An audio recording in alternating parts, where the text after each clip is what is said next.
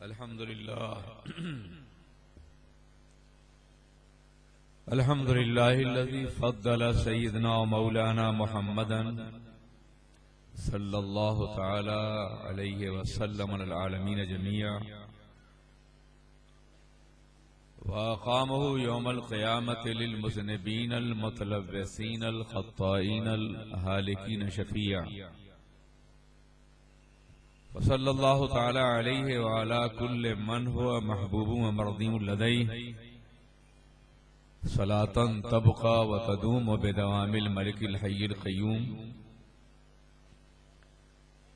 ونشهد أن لا إله إلا الله وحده لا شريك له ونشهد أن سيدنا ومولانا محمدا عبده ورسوله أما بعد فأعوذ بالله من الشيطان الرجيم بسم الله الرحمن الرحيم قل إن كان آباؤكم وأبناؤكم وإخوانكم وأزواجكم وعشيرتكم وأموال اقترفتموها وتجارة تخشون كسادها أحب إليكم من الله ورسوله وجهاد في سبيله فتربصوا حتى يأتي الله بأمره صدق الله العلي العظيم.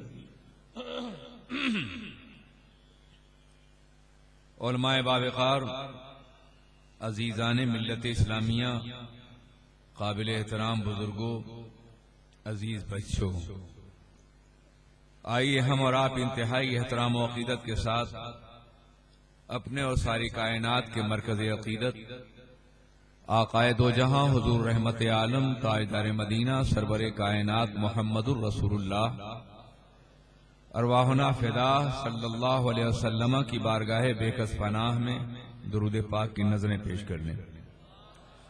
اللہم صلی علی سیدنا مولانا محمد معدن جود والکرم وآلہ الکرام اجمعین. یہ سحر جو کبھی فردا ہے کبھی ہے امروز، نہیں معلوم کہ ہوتی ہے کہاں سے پیدا.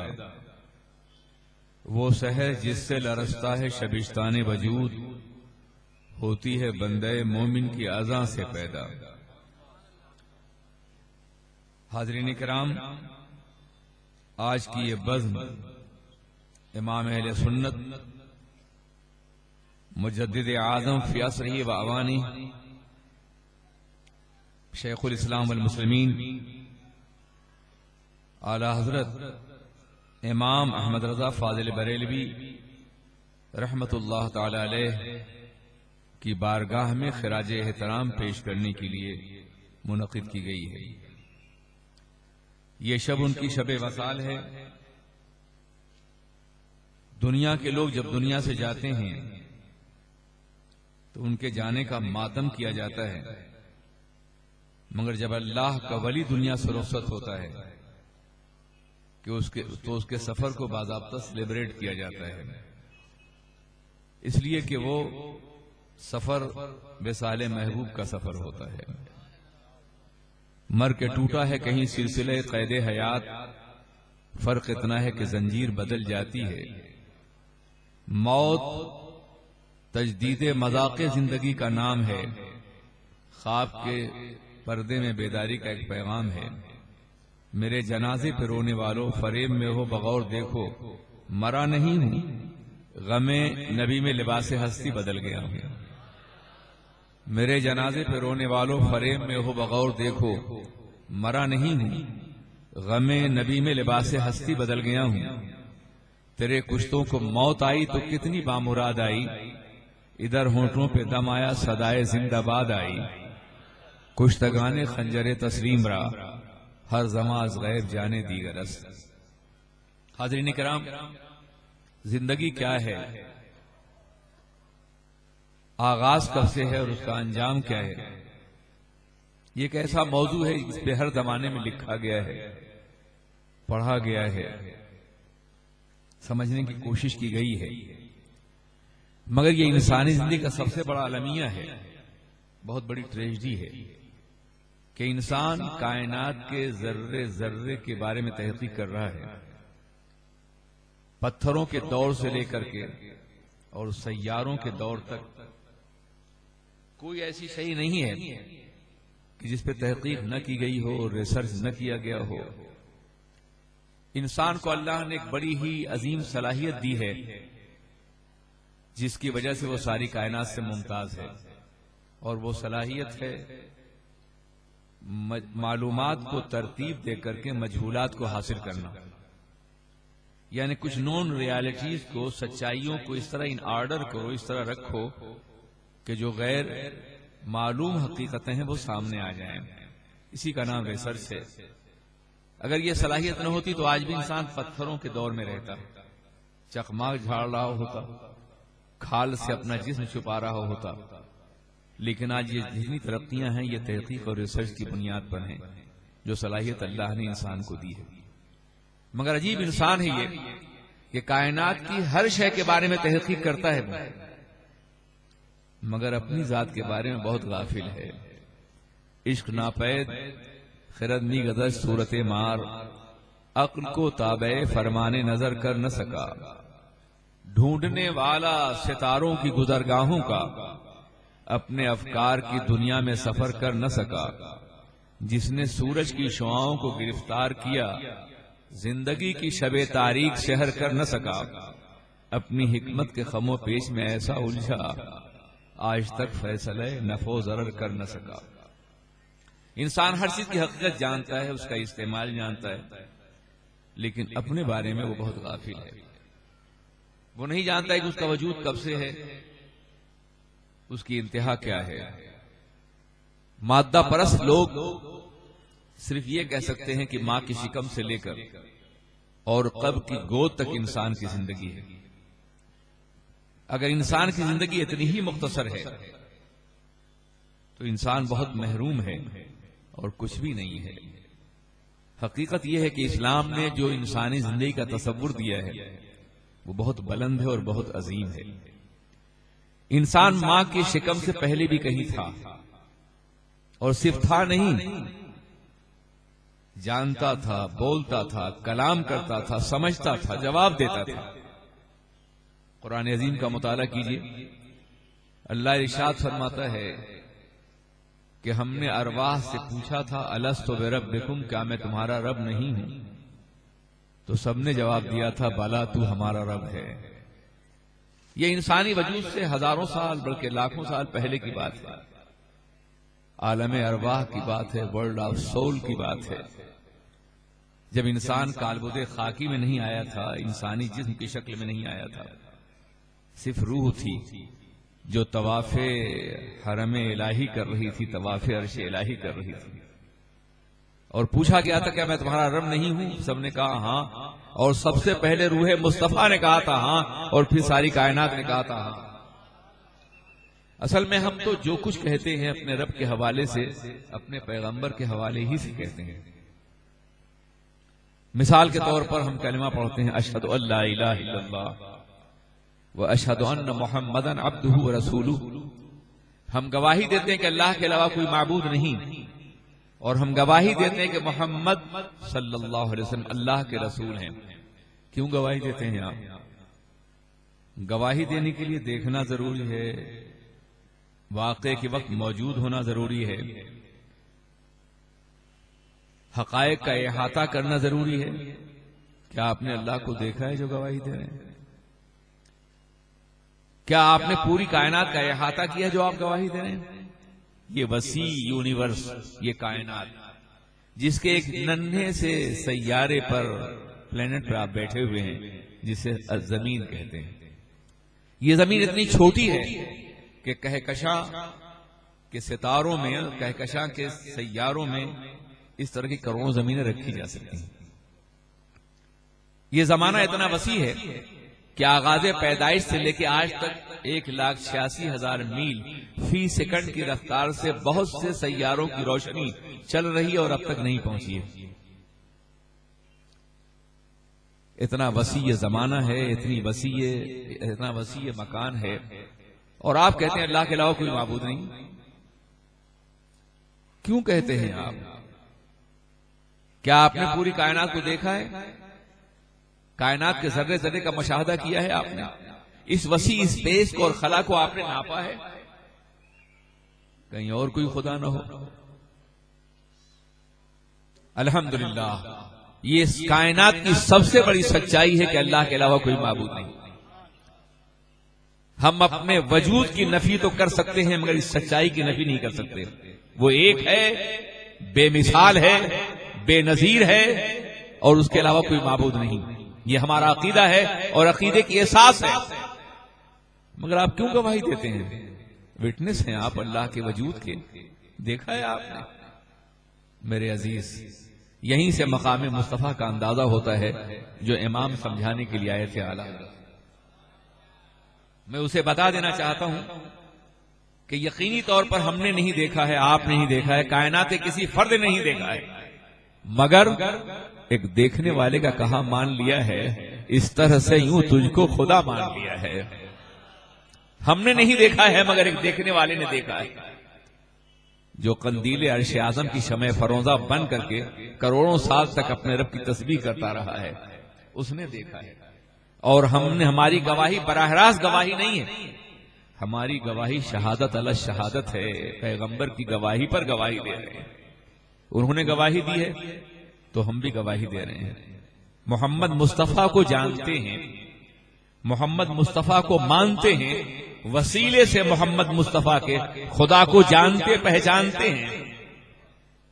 میرے آقا کی تشریف آوری سے پہلے ایک ایسا زمانہ بھی اس کائنات پہ آیا ہے جب خدا کی بندگی کرنے والا کوئی نہیں تھا۔ جناب عیسیٰ علیہ السلام سے لے کے 571 سال تک، 571 ایئرز تک کا زمانہ گزرا ہے جب توحید کا دعوے دار کوئی نہیں تھا، وحدانیت کا قائل کوئی نہیں تھا، ایک مجبور پیشانی تھی اور ہزاروں مراکز سجدہ تھے، ایک بے کس انسان تھا اور ہر شے معبود تھی۔ وہ شجر و حجر کو سجدہ کر رہا تھا، شمس و قمر کو سجدہ کر رہا تھا، خواہشات نفسانی کو سجدہ کر رہا تھا، اقتدار کو سجدہ کر رہا تھا، نفع کو سجدہ کر رہا تھا، نقصان کو سجدہ کر رہا تھا، امید کو سجدہ کر رہا تھا، نا امیدی کو سجدہ کر رہا تھا، حزن کو سجدہ کر رہا تھا، بدصورتی کو سجدہ کر رہا تھا، خوف کو سجدہ کر رہا تھا، رجا کو سجدہ کر رہا تھا، پتھر کو سجدہ کر رہا تھا، پہاڑوں کو سجدہ کر رہا تھا، دریاؤں کو سجدہ کر رہا تھا۔ ایک مجبور پیشانی تھی اور لاکھوں معبود تھے، مگر قربان جائیے پیغمبر اعظم سرور کائنات نے ہمیں خدا کا پتہ دیا، اس کی بارگاہ میں جھکایا تو عالم یہ ہے کہ ساری کائنات سے بے نیاز ہو گئے۔ وہ ایک سجدہ جسے تو گراں سمجھتا ہے، ہزار سجدوں سے دیتا ہے آدمی کو نجات۔ وہ سجدہ روح زمین جس سے کام جاتی ہے، اسی کو آج ترستے ہیں منبر و محراب۔ پیغمبر نہ آتے تو کتنی ذلیل ہوتی ہماری پیشانی، کتنا چھوٹا ہوتا ہمارا وجود۔ انہوں نے یہ پتہ بتایا ہے پروردگار عالم کا، اس لیے ان پر ایمان لانا، ان کے منصب کو سمجھنا، ان کے اسٹیٹس کو جاننا، ان کے احترام کو جاننا اور ان سے اٹوٹ اور ناقابل شکست محبت کرنا، یہ مشن تھا اعلیٰ حضرت کا، یہ پیغام۔ عزیزان ملت اسلامیہ، آئیے ہم پیغمبر کی حیثیت کا ایک ہلکا سا کائناتی جائزہ لیں اس یونیورس کے اعتبار سے۔ آپ جس زمین بیٹھے ہیں نا، اسے عالم جمادات کہا جاتا ہے۔ یہ زمین ہے، پتھر ہیں، پہاڑ ہیں جو بڑھتے نہیں ہیں، ان کے اندر نمو نہیں ہے، حیات نہیں ہے، زندگی نہیں ہے، صلاحیت نہیں۔ اس لیے اللہ نے یہ محتاج غذا نہیں بنایا، زمین محتاج غذا نہیں، لیکن زمین کے مقابلے میں پودوں کی دنیا ہے، پہاڑ درختوں کی دنیا ہے، وہ انہیں بڑھنے کی صلاحیت دی گئی۔ زمین کے اندر بڑھنے کی صلاحیت نہیں، نمو نہیں۔ قانون فطرت یہ ہے کہ جب دائرہ اختیار بڑھایا جاتا ہے تو دائرہ احتیاج بھی بڑھا دیا جاتا ہے۔ مجھے یقین ہے کہ میری تقریب نعرہ نہیں لگائیں گے اور لگائیے گا بھی نہیں، بھول جاؤں گا۔ درشی پڑھی اللہم صلی علی سیدنا مولانا محمد مادنی جود والکرم والے، اور وقت بھی ضائع ہوگا۔ تو میں یہ عرض کرنا چاہتا ہوں، غور سے سماعت فرمائیں تاکہ میں امام احمد رضا کے مشن کو سمجھا سکوں۔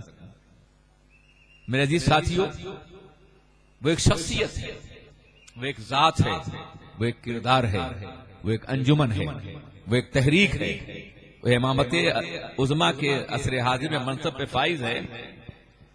اس ذات پاک کو سمجھنے کے لیے ہمیں روایات کا سہارا لینے کے بجائے حقائق کا مطالعہ کرنا ہوگا۔ کوئی ایسی شخصیت ہوتی کہ جس کے بارے میں صرف واقعات مشہور ہوتے، فلاں بزرگ ایسے تھے، پہاڑوں پہ رہتے تھے، جنگلوں میں غائب رہتے تھے، خلا میں پرواز کرتے تھے، کھانا ان کے پاس خود آ جاتا تھا۔ اگر ایسی کوئی شخصیت ہوتی تو اس کے ساتھ دلائل نہیں ہوتے، استدلال نہیں ہوتا ہے، روایتیں ہوتی۔ امام احمد رضا کی شخصیت ایسی کوئی شخصیت نہیں کہ جس کے ارد گرد ہم نے کوئی حالہ قائم کر رکھا ہو، روایات کا یا عقیدتوں کا یا غلو کا۔ ان کی ذات ایک ایسی ذات ہے کہ کئی لاکھ صفحات پر ان کا چہرہ نمایاں نظر آتا ہے، ان کا کردار نمایاں نظر آتا ہے۔ وہ ایک ایسی ذات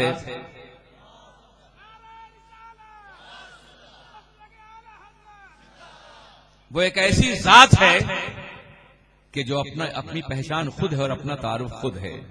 میں انہیں سمجھنے کے لیے نعروں کے حوالے سے نہیں، معاف کیجیے گا، ان کی کتابوں کے حوالے سے دعوت دیتا ہوں۔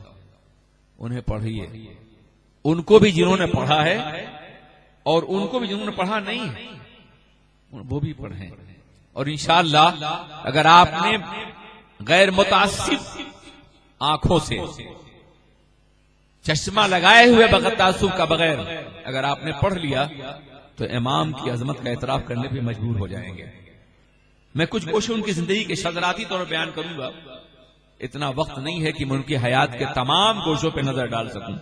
وہ ایک عظیم محدث ہیں، وہ ایک عظیم فقیہ ہیں، وہ ایک عظیم مجتہد ہیں، وہ ایک عظیم فلسفی ہیں، وہ ایک عظیم صوفی ہیں، وہ ایک عظیم ولی ہیں، وہ ایک عظیم ریاضی داں ہیں، وہ ایک عظیم ماہر فلکیات ہیں، وہ ایک عظیم طبیب ہیں۔ یہ تمام خصوصیات ان کی زندگی میں ہیں، اور کسی ایک پہ گفتگو کی جائے تو اس کے لیے سینکڑوں گھنٹے چاہیے۔ میں صرف بتانا چاہتا ہوں کہ منصب نبوت و رسالت اور خدا کی ذات کو پہچانوانے میں انہوں نے کیا کردار ادا کیا ہے۔ یہ زمین جس پہ بیٹھے ہیں یہ جمادات کی دنیا ہے، اور قانون فطرت یہ کہ جس کی صلاحیت زیادہ ہوتی ہے اس کو احتیاج بھی زیادہ، محتاج ہی بنایا جاتا ہے۔ زمین محتاج نہیں ہے، زمین کے اوپر پودے ہیں، رویدگی کی دنیا ہے، بہاروں کی دنیا ہے، نکھتوں کی دنیا ہے، پھولوں کی دنیا ہے، پھلوں کی دنیا ہے، سبزاداروں کی دنیا ہے، گلزاروں کی دنیا ہے، گلستانوں کی دنیا ہے۔ یہ زمین کے اوپر پھیلی ہوئی دنیا ہے، اور ایسی دنیا ہے کہ کائنات کا ذرہ ذرہ خدا کی گواہی دیتا ہے۔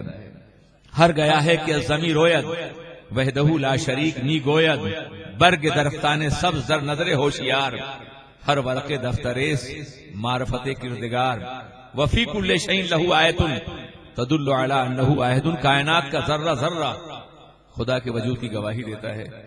ان میں پودے بھی ہیں۔ آپ نے ایک ننھا سا دانہ جو بظاہر زندہ نظر نہیں آتا، ننھا سا دانہ آپ نے زمین کے سینہ چیر کے خاموشی سے رکھ دیا۔ زمین کا نمک جو بڑے بڑے فرائنہ کی ہڈیاں گلا دیتا ہے، وہ نمک اسے کھا نہیں سکتا، اس کی پرورش کر رہا ہے۔ میری بات سمجھ رہے ہیں نا؟ ورنہ اور آسان کروں، بہت ایک دانہ جو آپ نے زمین میں رکھا ہے، زمین پال رہی ہے اسے، اور کچھ دنوں کے بعد دیکھا کہ اس دانے سے ایک ننھی سی نازک سی کوپل نمودار ہوئی، اور پھر آپ نے دیکھا کہ جیسی وہ کوپل نمودار ہوئی پورا نظام فطرت اس کی پرورش میں لگ گیا، پورا نظام فطرت اس کی پرورش میں لگ گیا۔ کوپل نمودار ہوئی، سورج دودھ پلا رہا ہے، نسیم سحری جھولا جھولا رہی ہے، شبنم وضو کرا رہی ہے، بارش غسل کرا رہی ہے، پورا نظام فطرت پرورش کر رہا ہے۔ وہ چل نہیں سکتا پودا، اس لیے چلنے کا محتاج نہیں ہے، جتنی بھی ضرورتیں اس کی ہیں رب العالمین اس کے اوپر برسا رہا ہے۔ بارش اس تک پہنچ رہی ہے، پانی اس تک پہنچ رہا ہے، شبنم وہاں پہنچ رہی ہے، نسیم سحری وہاں پہنچ رہی ہے، سورج کی شعاعیں وہاں پہنچ رہی ہیں۔ ایک ننھا سا پودا ہے مگر پورا نیچر اس کی خدمت میں لگا ہوا ہے۔ ابر و باد و مہو خورشید و فلک درکارن تا تو نانے بقا فاری و بغفلت نہ پوری۔ پورا نظام فطرت پرورش کر رہا ہے اس کی، اور اتنا نازک ہے کہ بارش شبنم برداشت نہ کر سکے، شبنم پڑے اوس تو کمر جھک جائے، لیکن اتنا طاقتور ہے کہ زمین کا سینہ چیر کے باہر آیا ہے۔ یہ لطافت اور یہ توانائی اللہ کی ربوبیت کی واضح مثال ہے۔ اور اس کے بعد دیکھا آپ نے کہ وہ ننھا سا پودا جب آگے پروان چڑھا تو اس میں پھول کھلے، کبھی پھل لگے۔ مٹی ایک ہے، پانی ایک ہے، پھول طرح طرح کے کیوں ہو رہے ہیں؟ جب میٹیریل ایک ہے تو رنگ بھی ایک ہونا چاہیے۔ ذائقے الگ الگ کیوں ہیں؟ پھلوں کے سائز چھوٹے اور بڑے کیوں ہیں؟ میٹھے اور پھیکے کیوں ہیں؟ اللہ کی بے پناہ نشانیاں ہیں پودے کے اندر۔ اپنے رب کی قدرت کا جائزہ لیجیے۔ اور اس کے بعد آپ نے دیکھا یہ پودوں کی دنیا ہے، پھر پودوں سے بڑی دنیا جانوروں کی ہے۔ پودے اپنے قدموں پہ سینکڑوں سال کھڑے رہ سکتے ہیں مگر چل نہیں سکتے، اس لیے انہیں محتاج غذا بنایا گیا تو غذا ان کے پاس خود بھیج دی اللہ نے۔ لیکن جانور چل سکتے تھے تو ان کو بھی محتاج غذا بنایا گیا مگر چلنے پھرنے کا پابند کر دیا۔ ہم نے تمہیں صلاحیت چلنے کی دی ہے، اس لیے تم ایک مقام پہ روزی نہیں حاصل کرتے۔ جہاں سبزہ دیکھو وہاں منہ ڈالو، جہاں ہریالی دیکھو وہاں جاؤ، چلو زمین پہ پھیلے ہوئے سبزوں میں اپنی غذا تلاش کرو اور اپنے کو آسودہ کرو۔ اب اگر پودوں کی طرح جانور ایک مقام پہ کھڑا رہے تو سوکھ جائے گا۔ پتا چلا کہ مشیت نے جس کو جو صلاحیت دی ہے اگر وہ اپنی صلاحیت نہیں استعمال کرتا تو مر جائے گا۔ قوم مسلم کی موت کی وجہ بھی یہی ہے کہ مسلمان قوم اپنی صلاحیتیں نہیں استعمال کر رہی جو اللہ نے اسے دی ہے۔ عزیزان ملت اسلامیہ، یہ جانوروں کی دنیا ہے، مگر جانوروں کو اللہ نے چلنے پھرنے کی صلاحیت دی ہے مگر عقل و شعور نہیں عطا فرمایا ہے، نطق نہیں ہے، گویائی نہیں ہے، حق و باطل کا امتیاز نہیں ہے، فکر ارتقائی فکر نہیں ہے، فکر منطقی نہیں ہے اس کے اندر۔ وہ جانور ہے، صرف کھا پینا جانتا ہے اور مر جاتا ہے، شہوت ہے، کھانا پینا ہے اور موت ہے۔ اگر یہی انسان کی زندگی ہو تو جانور ہی تو ہو گئے ہے نا۔ وہ انسان کو اللہ نے عقل دی ہے، شعور دیا ہے، فکر دیا ہے، اس لیے وہ جانور سے ممتاز ہے۔ وہ جانور سے افضل، اتنا افضل ہے کہ اللہ نے اس کے سر پہ تاج کرامت رکھا ہے۔ انسان سب سے حسین بنایا اسے۔ انسان اس کائنات میں شاہکار تخلیق الہی ہے، masterpiece of creation of God ہے، آلمائٹی۔ بہت عظیم ہے یہ انسان، بہت بڑا ہے، اس لیے کہ عقل اسے دی گئی ہے، شعور دیا گیا ہے، اچھائی و برائی کی تمیز دی گئی ہے، اچھے اور برے کی پہچان دی گئی ہے اسے، اس لیے وہ جانوروں سے افضل ہے۔ عزیزان ملت اسلامیہ، لیکن اسے حواس خمسہ دیے گئے ہیں، 5 سینسز، جس کے ذریعے سے وہ عقل کو باضابطہ استعمال کرتا ہے۔ ہماری آنکھیں ہیں، ہماری قوت شامہ ہے، ناک ہے، چکھنے کی قوت ہے، چھونے کی قوت ہے اور سننے کی قوت ہے۔ یہی وہ حواس ہیں جن سے ہم عقل کو مرتب کرتے ہیں اور کائنات کا تجزیہ کرتے ہیں، مگر ہر حادثہ اپنے اپنے مقام پہ غلطی کرتا ہے۔ نگاہیں بھی غلطی کر سکتی ہیں، قوت شامہ بھی غلطی کرتی ہے، ذائقہ بھی غلطی کرتا ہے، لامسہ چھونے قوت بھی غلطی کرتی ہے، سب میں غلطی کا امکان ہے۔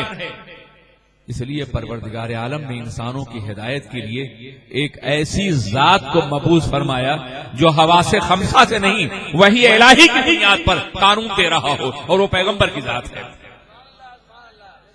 آپ اندازہ کریں، پتا چلا نبی ممتاز ہے وحی الہی کی بنیاد پر۔ انسان جانوروں سے ممتاز ہے حواس خمسہ کی بنیاد پر، عقل کی بنیاد پر، شعور کی بنیاد پر، مگر عقل ٹھوکریں کھاتی ہے، غلطیاں کرتی ہے۔ اس لیے غلطیوں سے پاک نظام دینے کے لیے اللہ نے اپنے نبی کو وحی عطا فرمائی۔ وحی کی بنیاد پہ نبی جی انسانوں سے ممتاز ہے۔ اب آئیے ذرا دیکھیں، صلاحیتوں کی بنیاد پر جائزہ لیا جاتا ہے حیثیتوں کا۔ زمین درخت نہیں بن سکتی، درخت ترقی کر کے جانور نہیں بن سکتا، جانور ترقی کر کے انسان نہیں بن سکتا، اور انسان ترقی کر کے نبی نہیں بن سکتا۔ انسان کو عقل دی گئی اور نبی کو وحی دی گئی۔ قل انما انا بشر مثلکم یوحی الی، اے پیغمبر فرما دیجئے میں تم جیسا بشر ہوں مگر تم جیسا نہیں، مجھ پر وحی کی جاتی ہے۔ امام یہی سمجھانے کے لیے آئے تھے۔ کہ وہ بشر ہے مگر تم جیسے نہیں. محمد بشر لا کل بشر یاقوت حجر لا کل حجر. جب فضا میں یہ آواز گونجی کہ وہ ہم جیسے ہیں تو بریلی کے مجدد نے کہا تم جیسے نہیں ہیں بلکہ تم ان کے قدموں کی خاک نہیں پہنچ سکتے ہو.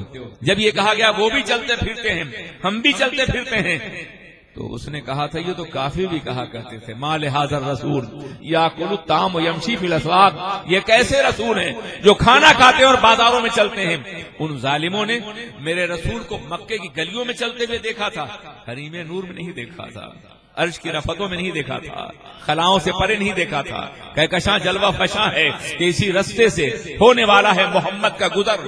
آج کی رات مل گئی سارے جہانوں کے خزانوں کی کلید, اپنی معراج کو پہنچا ہے بشر آج کی رات.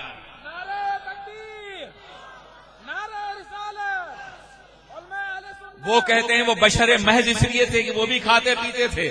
ظالموں, ہم کھانے کے محتاج ہیں, کھانا ان کا محتاج تھا. ہم نہ کھائیں تو ہم مر جائیں اور وہ نہ کھائیں تو کھانا مر جائے. آپ کہو کہ شاید مبالغہ بول رہے ہو, تم لوگوں کی فطرت یہ نہیں, ایسی بات نہیں ہے. جس کھانے کو سرکار نے بنظر اباحت دیکھ لیا ہے وہ کھانا قیامت تک کے لیے حلال ہو گیا ہے, اور جس سے نگاہیں پھیرنی ہیں وہ کھانا قیامت تک کے لیے حرام ہو گیا ہے, اور کھانا وہی ہے جسے حلال کہا. ہم کھانے کے محتاج ہیں مگر وہ کھانے کے نہیں ہیں. تمہیں معلوم ہے ایک مرتبہ میرے آقا نے 100 وصال رکھا. حدیثیں پڑھی, حدیثیں پڑھ یا نہیں پڑھی؟ پڑھو یار, حدیث کا دعویٰ کرتے ہو تو پڑھو بھی سمجھو بھی. احادیث میں نبی کا منصب تلاش کرو اور قرآن عظیم میں سرکار کا چہرہ ڈھونڈو, ان کا روح زیبا ڈھونڈو. یہ ہماری دعوت ہے اور یہ امام کا مستقل مشن ہے, یہی ان کا پیغام ہے. تلاش کرو پیغمبر کو قرآن عظیم کی مقدس آیات مبارکہ میں, احادیث مبارکہ میں. ہم بھی قرآن پڑھتے ہیں اور تم بھی قرآن پڑھتے ہو. فرق یہ کہ ہم قرآن پڑھتے ہیں تو نبی کی عظمت تلاش کرتے ہیں, اور تم قرآن پڑھتے ہو تو نبی کا نفس تلاش کرتے ہو. یہ اپنا اپنا انداز فکر ہے اور اپنا اپنا انداز حیات ہے. عزیزان ملت اسلامیہ, کہتے ہو نا کہ وہ کھانا کھاتے تھے ہماری طرح سے. یار 100 وصال ہے, رات کو افطار نہیں کی, سحری نہیں کی, پھر روزہ رکھا, دوسرے روز تیسرے روز. صحابہ نے دیکھا تو سمجھا کہ شاید یہ زیادہ بہتر طریقہ ہے. وہ تو سنتوں کے پابند تھے, جہاں ادائے مصطفیٰ کو دیکھا جھک گئے. انہوں نے بھی ایسا روزہ رکھنا شروع کیا. تیسرا دن ہے, مسجد نبوی میں ستونوں سے لگے ہوئے صحابہ کمزور بیٹھے ہیں. میرے آقا نے فرمایا کیا حال ہے تمہارا میرے صحابہ؟ کہا یا رسول اللہ آپ نے رات اور دن کا روزہ رکھا تو ہم نے بھی رکھا ہے. تو آپ نے فرمایا تھا ایکم مثلی یطعمنی ربی ویسقینی, تم میں سے کون ہے میرے جیسا, مجھے تو میرا پروردگار کھلاتا اور پلاتا ہے. تم کہتے ہو وہ بھی سوتے تھے, ہم بھی سوتے تھے. عزیزان ملت اسلامیہ, تم نے حدیث کے یہ الفاظ نہیں پڑھے, ابھی تو عند ربی, میں راتیں اپنے رب کی بارگاہ میں گزارتا ہوں. تن بستر رسول پہ, دل عرش آشیاں, دنیا سمجھ رہی تھی انہیں نیند آ گئی. وہ سو جائیں تو معراج منامی, وہ جاگیں خود تو خدا سے ہم کلامی. تم نے ان کو اپنے جیسا بشر کہا تو امام نے ان کی عظمت رسالت کو اور منصب نبوت کو دنیا کے سامنے واضح فرمایا.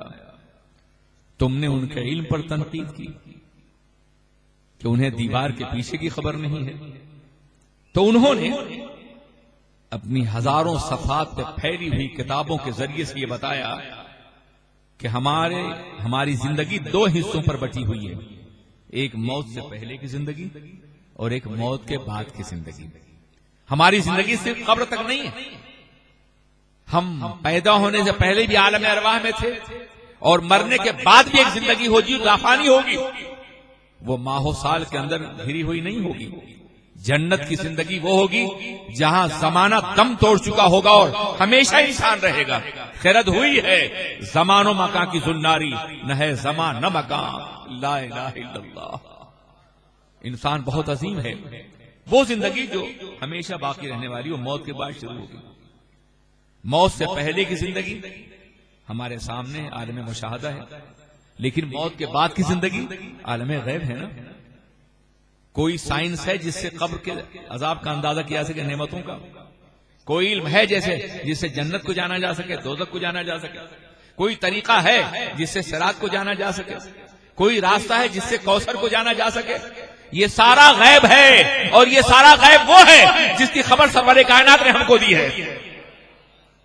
اگر تم انہیں کے غیب کے منکر ہوگے تو آدھی حیات کے منکر ہو جاؤ اپنی۔ کوئی آخرت نہیں ہے تمہارے سامنے، اور پھر کہو گے نہیں وہ تو اللہ نے خبر دے دی تھی اس لیے غیب ہے۔ نہیں رہا، جس کی خبر دے دی جائے وہ غیب نہیں ہے۔ بہت سی سنجیدگی سے سننے کی کوشش کرو، شاید اللہ تمہارے ذہنوں کی گرہ کھول دے۔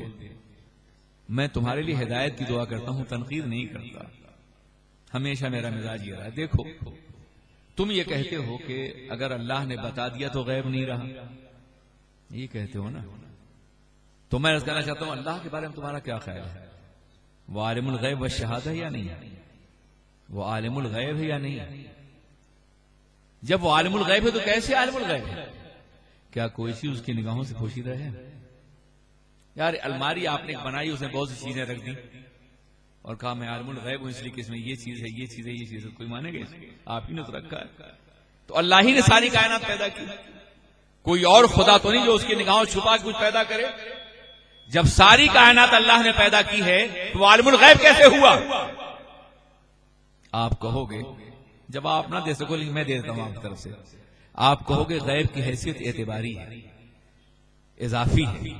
وہ عالم الغیب ہے اپنے بندوں کے اعتبار سے، بندے نہیں جانتے، جس کو کائنات نہیں جانتی اس سے اللہ جانتا ہے، تو عالم الغیب ہے اپنے بندوں کے اعتبار سے۔ تو پتہ چلا غیب کی اعتباری، وہ عالم الشہادہ ہے اپنے اعتبار سے، عالم الغیب ہے بندوں کے اعتبار سے۔ تو میں عرض کرنا چاہتا ہوں کہ نبی غیب داں ہیں امتیوں کے اعتبار سے۔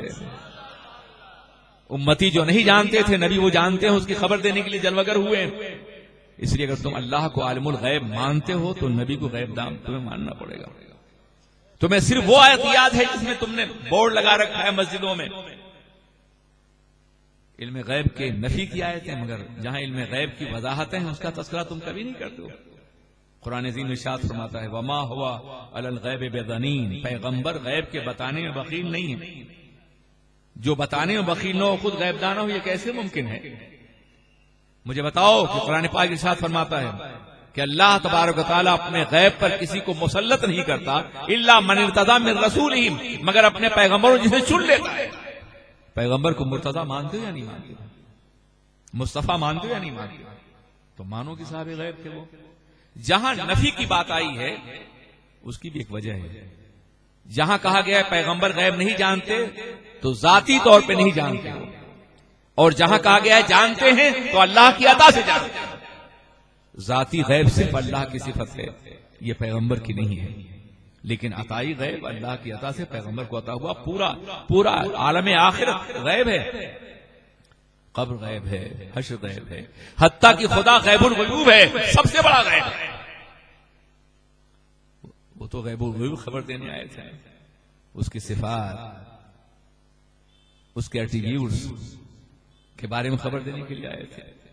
عزیزان ملت اسلامیہ، تم کہو گے کہ آپ اسے غیب کہتے ہیں، میں نے قرآن نے کہا ہے یؤمنون بالغیب، مومن اور متقی وہ ہیں جو غیب پر ایمان لاتے ہیں۔ یہ کون سا غیب؟ یہ وہی ہے جو سرکار نے خبر دیا ہے۔ تو جسے قرآن نے غیب کہا ہے اسے غیب سے انکار کیسے کرو گے؟ تو جب ذات رسول پر حملہ ہوا تو امام احمد رضا نے اس کا جواب دیا، اور جب علم رسول پہ حملہ ہوا تو بھی جواب دیا، جب شفاعت مصطفیٰ کا انکار کیا گیا تو بھی جواب دیا، اور جب اختیارات کا انکار کیا تو بھی جواب دیا۔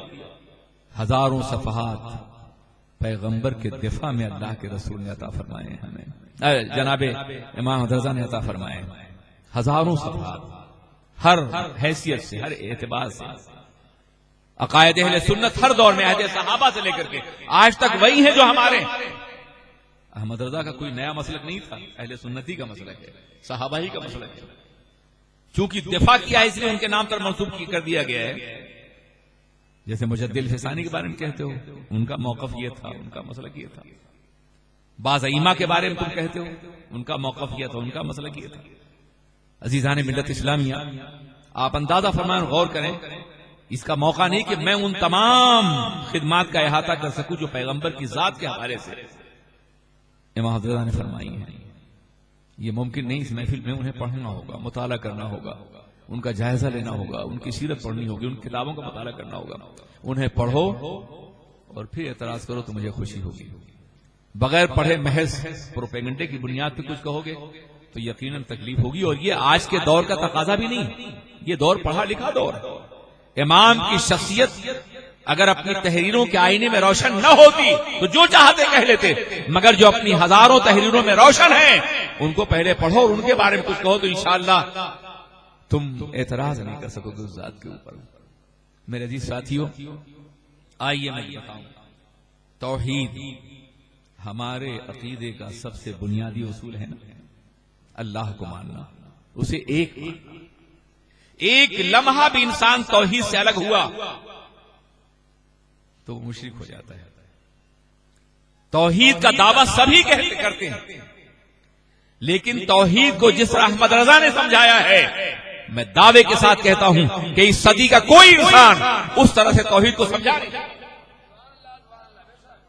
میں اس لیے کہتا ہوں کہ شاید انہیں صرف رسالت کے حوالے سے تم جانتے ہوگے, محبت رسول کے حوالے سے جانتے ہوگے, شاید یہ جانتے ہوگے کہ انہوں نے صرف محبت رسول کی دعوت دی ہے. توحید کے اعلیٰ ترین قدروں کو بے نقاب کیا ہے. صفات الہیہ کو احمد رضا نے انسانی ذہنوں میں اتارا ہے اپنی تحریروں میں. جانتے ہو اس کی وجہ کیا ہے؟ اگر آپ قرآن عظیم کا مطالعہ کریں تو قرآن عظیم کا 1/3 سے زیادہ حصہ 4 موضوعات کے گرد گھوم رہا ہے. وہ صورتیں جو مکہ مکرمہ میں نازل ہوئی ہیں ان میں نماز کا تذکرہ نہیں ہے, روزے کا نہیں ہے, حج کا نہیں ہے, زکوٰۃ کا نہیں ہے. نماز آخری دور میں نازل ہوئی ہے, ہجرت سے کچھ پہلے. لیکن ان تمام صورتوں میں 4 ٹاپکس ہیں جس کو بار بار ذہن انسانی منتقل کیا گیا ہے. نبوت, توحید, نبوت, قرآن عظیم اور آخرت. اللہ کو ایک مانو, سرور کائنات کو نبی مانو, آخرت پر یقین کرو اور اس کتاب کو اللہ کا کلام مانو. 1/3 سے زیادہ, بلکہ مکی تمام صورتیں اسی مقدس اس کے گرد گھوم رہی ہیں, احکامات کے گرد. یہ عقیدہ ہے. 13 سال میں عقیدہ سنوارا ہے اللہ کے رسول نے, اور اس کے بعد عمل دیا ہے دنیا کو.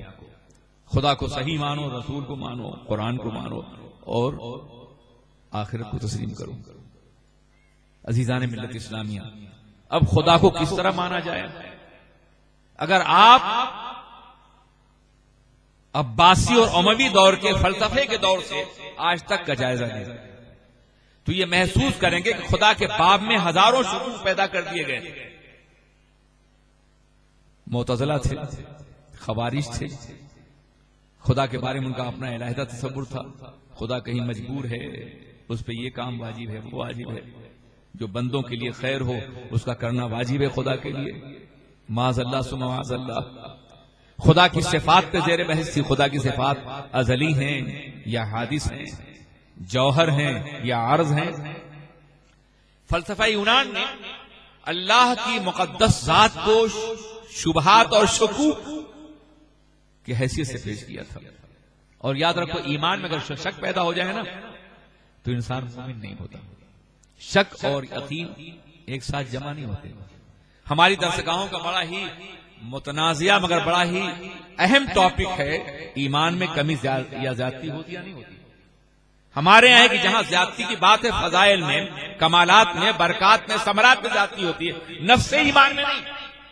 اس لیے کہ ایمان یقین کا نام ہے. ایمان میں کمی ہوگی تو وہاں شک پیدا ہوگا, اور جہاں شک پیدا ہوگا ایمان نہیں رہ جاتا. اس لیے ایمان میں کمی اور زیادتی نہیں ہوتی. مگر فلسفیوں نے ایک ایسا دور گزرا ہے کہ جب اللہ کی ذات کو معرض بحث میں لا کر کے, پورا ایک باب ہے الہیات کا فلسفے کتابوں میں, اس کا پڑھنے والا بہت ہی حساس انداز سے پڑھتا ہے, اور ذرا سا بھی استاد کمزور ہوا تو اپنے خدا کے بارے میں ہزاروں شبہات پیدا ہو جاتے ہیں. یہ آج کے دہریے جو شبہ پیدا کر رہے ہیں, نیچری شبہ پیدا کر رہے ہیں. امام احمد رضا فاضل بریلوی نے خدا وحید قدوس کی ذات کو احادیث اور قرآن کی روشنی میں اس طرح پیش کیا ہے کہ فلسفے کے تمام باطل نظریات کا جواب دے دیا ہے, اور اس اعتبار سے ان کا معاصر کوئی نہیں, ان کے جیسا کوئی نہیں. تنزیہ باری تعالیٰ بہت بڑا مسئلہ ہے. اللہ بے عیب ہے، سبح قدوس ہے. اللہ وہ ہے جو تمام محامد کمالیہ کا جامع ہے. اب اگر کوئی شخص کہے کہ وہ جھوٹ بول سکتا ہے تو اول تو سکتا یہ صفت حادث ہے. امکان، پاسبلٹی جہاں بولی جائے خدا کی ذات کے بارے میں وہ اللہ کی صفت نہیں ہو سکتی. اللہ کی تمام صفات واجبات میں سے ہیں. ایک ایسا طبقہ پیدا ہوا جو کہا کرتا تھا خدا جھوٹ بول سکتا ہے. معاذ اللہ ثم معاذ اللہ. ایسے دور میں تنزیہ باری تعالیٰ پہ امام نے سینکڑوں صفحات لکھے اور کہا یہ ممکن ہی نہیں، اس لیے کہ اللہ کی تعریف کیا ہے؟ الحمدللہ. تمام تعریفیں اللہ کے لیے ہیں. اور اللہ کی تعریف کیا؟ المستجمع لجمیع صفات الکمالیہ. اللہ وہ ہے جو کمال کی تمام صفتوں کا جامع ہے. تو رسالت کی کوئی صفت اس طرح منسوب تو نہیں ہو سکتی، نہ کوئی حادث صفت ہو سکتی ہے. کسی نے بھی اس موضوع پر کام نہیں کیا سوائے اعلی حضرت کے. تجسیم، اللہ کے ہاتھ کا تذکرہ ہے. ید اللہ فوق ایدیہم، تو کہا کہ ان کا ہاتھ بھی ہمارے ہاتھ ہی کی طرح سے اللہ کا. یہاں تک ایک ظالم نے یہ بھی کہا جس کو آج امام مانتے ہیں یہ لوگ کہ اللہ آسمان اعلیٰ سے آسمان سفلا پر اس طرح اترتا ہے جیسے میں اتر رہا ہوں اور وہ ممبر سے اتر رہا ہے. یہ تجسیم کا عقیدہ، اس کا رد ہر دور میں علماء نے کیا ہے، مگر اس دور میں اگر کسی نے رد کیا ہے تو امام اہل سنت فاضل بریلوی اعلیٰ حضرت رضی اللہ تعالیٰ عنہ. میں ان کے خدمات کے شجرات پیش کر رہا ہوں، کرامتیں میں بھی بیان کر سکتا ہوں، مگر علماء یہ تو ماشاء اللہ بیان کرتے رہتے ہیں. میں اس طبقے کو مخاطب کرنا چاہتا ہوں جسے میں دعوت دے رہا ہوں کہ امام حمزہ کو پڑھو. توحید کو بے نقاب کیا ہے انہوں نے، اور صرف یہ نہیں بلکہ توحید کو ایک محسوس عقیدہ بنایا ہے. ایک عقیدہ کہ اللہ ایک ہے، وہ دیکھ رہا ہے، مگر انہوں نے جن کی تربیت کی ہے وہ اتنے عظیم ہیں کہ توحید کے عقیدے کو باضابطہ ایک محسوس انداز سے مشاہدہ کرتے ہیں. حضور مفتی اعظم ہند ان کے شہزادے ہمارے روناہی کے قصبے میں نماز ظہر ادا کر رہے ہیں اور بجلی نہیں تھی اس زمانے میں. مئی کا مہینہ تھا. ہمارے یہاں مئی میں جلسے ہوتے ہیں زیادہ. پسینے سے عرق عرق ہو رہے ہیں لیکن اسی سکون اطمینان سے نماز. اللہ کی بارگاہ میں کھڑے ہو کر کے انسان سب کچھ بھول جاتا ہے اور پھر وہ پسینے ڈوبے ہیں، یعنی شیروانی کے اوپر پسینہ نمودار ہے. تو میں نے پنکھا جھڑنا شروع کر دیا. سلام پھیرا اور سخت ناراض ہوئے. قمر میاں آپ یہ کیا کر رہے تھے؟ میں نے کہا حضور پسینے سے آپ ڈوبے ہوئے تھے. کہا مجھے بتاؤ کہ اگر تمہارا کوئی خادم تمہارے پاس اپنا ایک خادم لے کے آئے تو گوارا کرو گی؟ میں اپنے رب کی بارگاہ میں کھڑا تھا اور تم میری خدمت. یہ اللہ کو محسوس کرنے والی بات ہے، صرف پڑھنے والی بات نہیں. میں نے کہا کہ حضور ایسا ہے کہ جب لوگ کھانا کھاتے ہیں تو ایک ہاتھ سے لے دوسرے ہاتھ سے توڑیں، اکڑو بیٹھ کے کھائیں. تو آج کے ماڈرن دور میں بہت سے لوگ اس کو محسوس کرتے ہیں. کہا ہاں ماڈرن دور میں رہتے ہو نا اس لیے لوگ محسوس کرتے ہیں. تم نے کبھی یہ نہیں سوچا کہ اللہ کے دسترخوان پہ بیٹھ کے کھا رہے ہو تم؟ ایک غلام اپنے آقا کی بارگاہ میں بیٹھ کے کھائے گا تو اکڑ کے کھائے گا یا غلامانہ انداز سے کھائے گا؟ محسوس کر رہے ہیں؟ یہ ذات الہ کو محسوس کرنے کی بات ہے، صرف بولنے کی بات نہیں. نمازوں کا یہ عالم ہے اللہ اکبر کہ جماعت میں امام جاتے ہیں تو بیماری کی حالت میں سہارے سے جاتے ہیں. سہارے سے جاتے ہیں اس لیے کہ میرے آقا بھی سہاروں سے تشریف لے گئے تھے. صلو کما رأیتمونی اصلی، نماز اس طرح سے پڑھو جیسے تم مجھے پڑھتا ہوا دیکھتے ہو. جب سہاروں سے چلنے کی عادت کی طاقت بھی نہیں رہی مرض وصال میں تو روتے تھے اور بستر پہ نماز پڑھتے تھے. اس کا تذکرہ انہوں نے اپنے مختلف مکاتب میں کیا ہے کہ جماعت چھوٹ رہی ہے، میں مسجد نہیں جا پا رہا ہوں. جب تک جا سکتے تھے سہاروں سے گئے، دو دو آدمی لے گئے. جب کھڑے نہیں ہو سکتے تھے تو باضابطہ انہیں کرسی پہ بٹھا کے لے جایا گیا. مدتوں اس طرح پڑھتے رہے. آپ کے بغل میں اذان ہوتی ہے، آپ نماز نہیں پڑھتے، نعرے ضرور لگاتے ہیں آپ. اعلی حضرت زندہ باد. یار ان کا عمل بھی کردار تو دیکھو نا. آپ کے بغل میں ہوتی ہے اذان اور آپ مسجد نہیں جاتے ہیں، اور ان کا یہ عالم کہ اگر کبھی نماز چھوٹ گئی تو بے قرار ہو گئے. میرے آقا حضور سید عالم تاجدار مدینہ سرور کائنات محمد الرسول اللہ ارواحنا فدا صلی اللہ علیہ وسلم فدا ہو ابی و امی آباؤنا و اجدادنا. مرض وصال میں وہ بھی جماعت میں چندی شریک نہیں ہوئے تھے. صدیق اکبر نماز پڑھائی تھی. ایک روز ذرا افاقہ ہوا تو آپ دروازے پہ تشریف لائے اور آپ نے پردہ ہٹایا. ٹاٹ کا پردہ تھا. صحابہ کرام نے محسوس کیا کہ آقا جلوگر ہو چکے ہیں. قبلے کی طرف رخ تھا مگر حدیث پاک پڑھیے صحابہ نے رخ اپنا رسول کی طرف کر دیا. ایک قبلے کی طرف رخ تھا, سرکار آئے تو جانے قبلہ کی طرف پھر گئے. وہ جانتے تھے کہ یہ وہ ذات ہے کہ جس کے حکم سے قبلہ بدلا گیا ہے. قد نرى تقلب وجهك في السماء. تو ظاہر ہے کہ قبلے کی طرف تھے مگر قبلہ کائنات جلوگر ہوئے. جنت نگاہ ہے, خلد نظارہ ہے, شہر آرزو ہے, مرکز عقیدت ہے, قبلہ اطاعت ہے, کعبہ انقیاد ہے, جان تمنا ہے. صحابہ کہتے ہیں کہ ہم نے یہ محسوس کیا کہ سرکار کا چہرہ مبارک مسرتوں کی وجہ سے قرآن کا کھلا ہوا ورق ہے. یہ روایت صحابہ کر رہے ہیں جب حضور اپنے حجرے میں کھڑے ہیں. ان کا حجرہ دیکھو اور وہ مقام دیکھو جہاں سرکار کھڑے ہوتے تھے امامت کے لیے. پورا پلٹنا پڑا ہوگا صحابہ. ہمارا یہ عالم قبلے سے ہماری پشت اگر ہمارا سینہ پلٹ جائے تو نماز نہیں ہوتی, مگر ان کی نماز تو کامل ہو گئی تھی رسول کو دیکھنے کے بعد. تمہارا عقیدہ ہے کہ نماز میں رسول خیر ہے, نماز نہیں ہوتی, اور ہمارا عقیدہ ہے کہ وہ نماز ہوتی ہی نہیں ہے جس میں میرے آقا کا خیال نہ آئے. یہ کیسے ممکن ہے کہ وہ فرماتے ہیں سلو کما رأیتمونی اصلی, نماز اس طرح سے پڑھو جیسے تم مجھے پڑھتا ہوا دیکھ رہے ہو. تو جب ان کی اداؤں کو نقل کرو خیال تو آئے گا نا کہ سرکار ایسے کھڑے ہوتے تھے, اس طرح رکوع کرتے, اس طرح سجدہ کرتے تھے. خیال نہیں آئے گا؟ یقیناً آئے گا. میں تو کہتا ہوں کہ جو نماز ان کی اداؤں کے مطابق لفظ کی رعایت دیکھو, اردو ادب کی ادا بھی دیکھو اور عربی کی اصطلاح فقہ کی ادا بھی دیکھو. جو نماز ان کی اداؤں کے مطابق ادا کی گئی تو ادا ہوگی, ورنہ قضا بھی نہیں ہو سکے گی. مصطفیٰ کی اداؤں ہی کا نام نماز ہے.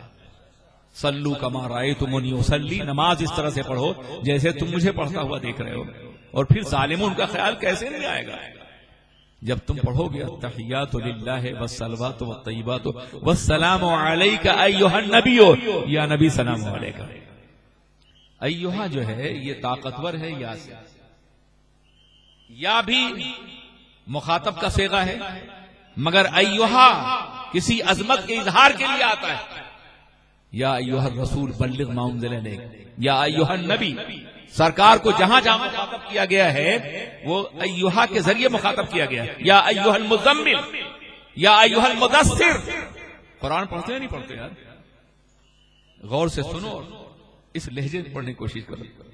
میرے نبی کو تلاش کرو قرآن میں, ان کے منصب کو تلاش کرو, ان کی عظمتوں کو ڈھونڈو. یا ایھا المدثر, یا ایھا المزمل, یا ایھا الرسول, یا ایھا النبی انا ارسلناک شاہدا وبشیرا ونذیرا. پڑھتے ہیں یا ایھا, یہ بہت ہی پرجلال لفظ ہے جو کسی باعظمت کے لیے بولا جاتا ہے. اور اللہ نے اپنے نبی کو اتنی عظمت دی ہے کہ خود اپنے کلام میں یا ایھا سے مخاطب کر رہا ہے. ہم تو یا نبی کہتے ہیں, تمہیں اعتراض ہو جاتا ہے یار. قرآن نے تو یا ایھا کہا ہے, جگہ جگہ کہا یا نہیں کہا ہے. اور پھر تشہد میں بیٹھ کے پڑھتے ہو کہ السلام علیکم ایھا النبی, اے نبی تم پہ سلامتی ہو. تو یار بیٹھ کے جب تم یا ایھا النبی کو یا نبی سلام علیکہ کہتے ہو, باہر کہہ دیا تو کیوں اعتراض ہوا تمہیں؟ تمہاری نمازیں خود تمہارے اعتراض کا جواب ہیں. مت پڑھو ایھا النبی ہو, نماز میں پڑھتے ہو السلام علیکم ایھا النبی. اگر وہی ہم باہر کہتے ہیں تو ناجائز نہیں, تم کھڑے ہو گئے کہتے ہو. تو میں کہتا ہوں کہیں شرط لگائی ہے قرآن و حدیث نے کہ بیٹھی کے درود پڑھو؟ کوئی ایک مقام دکھا دو منع کرنے کے لیے قرآن سے اور حدیث سے دلیل چاہیے. ہاں کہتے نہیں ہے تو وہ روایت ہے نا کہ جب آقا نے کچھ لوگ آئے اور سرکار کی بارگاہ میں جھک گئے تو کہا کہ لا تقوموا کما یقوم العاجم, یہ الفاظ نے دیے, اس طرح مت کھڑے ہو جیسے عجمی کھڑے ہوتے ہیں. تو میرے آقا نے عجمیوں کی طرح سے کھڑے ہونے سے روکا ہے, اور وہ رکوع کی حالت میں بادشاہوں کے سامنے کھڑے ہوتے تھے. کما یہ نہیں کہا کہ نہ کھڑے ہو, کہا جیسے عجمی کھڑے ہوتے ہیں ویسے نہ کھڑے ہو. تو پتا چلا کھڑے ہونے کی اجازت دے رہے ہیں عجمیوں کی طرح سے. یہی لوگوں کو سناتے ہو نا تم لوگ گھوم گھوم کر کے یار گلیوں میں, امام احمد رضا نے یہی احسان کیا ہے کہ نبی کی عظمت کے لیے جہاں جہاں سے بھی دلائل ملے اس کے انبار لگا دیا.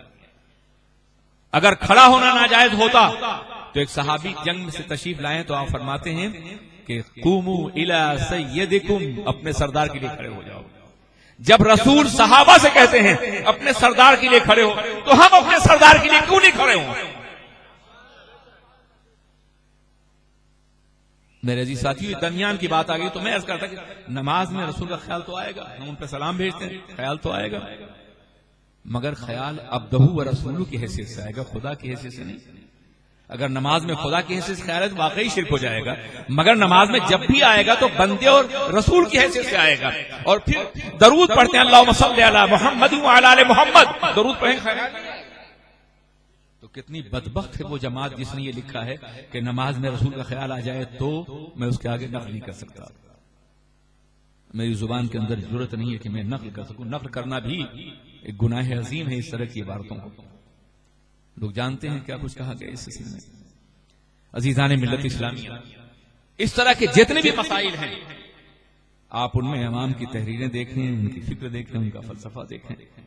پوری زندگی اللہ کے رسول کی عظمت کے دفاع میں خرچ ہوئی. اور کیوں نہ ہو، وہ جانتے تھے کہ پروردگار عالم کی سنت ہے یہ. آپ قرآن عظیم پڑھیے، جہاں جہاں کافروں نے پیغمبر پر کوئی الزام لگایا وہاں جواب خدا نے دیا ہے. پورا قرآن دیکھیے، کافروں نے کہا وہ شاعر ہیں، اللہ کہتا ہے وما هو بقول شاعر وما علمناه الشعر وما ينبغي له. یہ قول شاعر نہیں، نہ شعر سکھایا اور نہ مناسب ہے. کافروں نے کہا مجنون ہے وہ، اللہ کہتا وما انت بنعمت ربک مجنون. اے پیغمبر آپ کے رب کی نعمت کی قسم آپ دیوانے نہیں ہیں.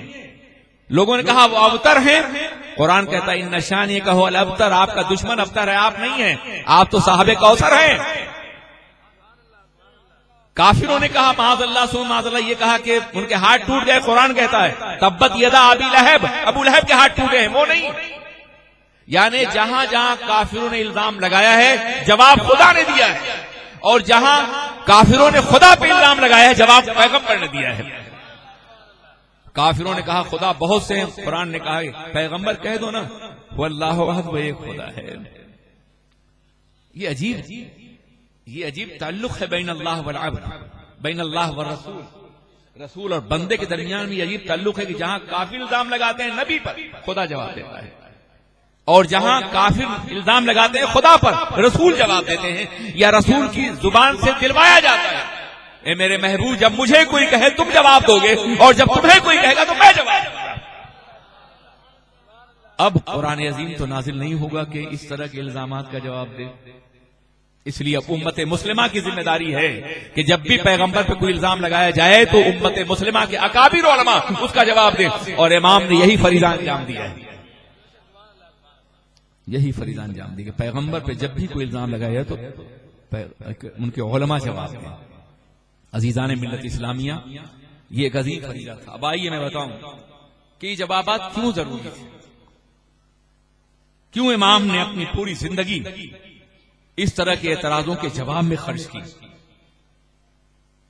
بہت آسانی اور تن آسانی کے ساتھ آتے اور گزر جاتے جیسے بہت سے لوگ گزر گئے ہیں دنیا میں. بات دراصل یہ ہے کہ عشق رسول وہ دولت ایمانی ہے کہ جس کے بغیر ایمان کا کوئی تصور نہیں ہے.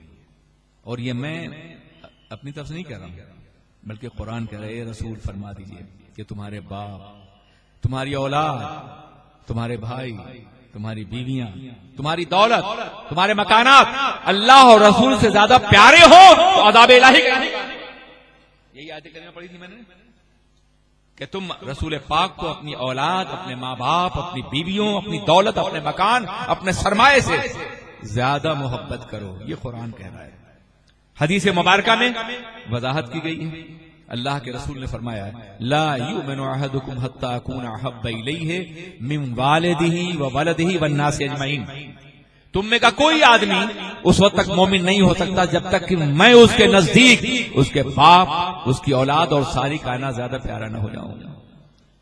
بلکہ ایک مقام پر تو اس قدر اس قدر عظیم بات کہی گئی ہے کہ جس کو سن کر کے ایمان کی عظمت کا احساس بھی ہوتا ہے اور کبھی کبھی دل کانپ جاتا ہے.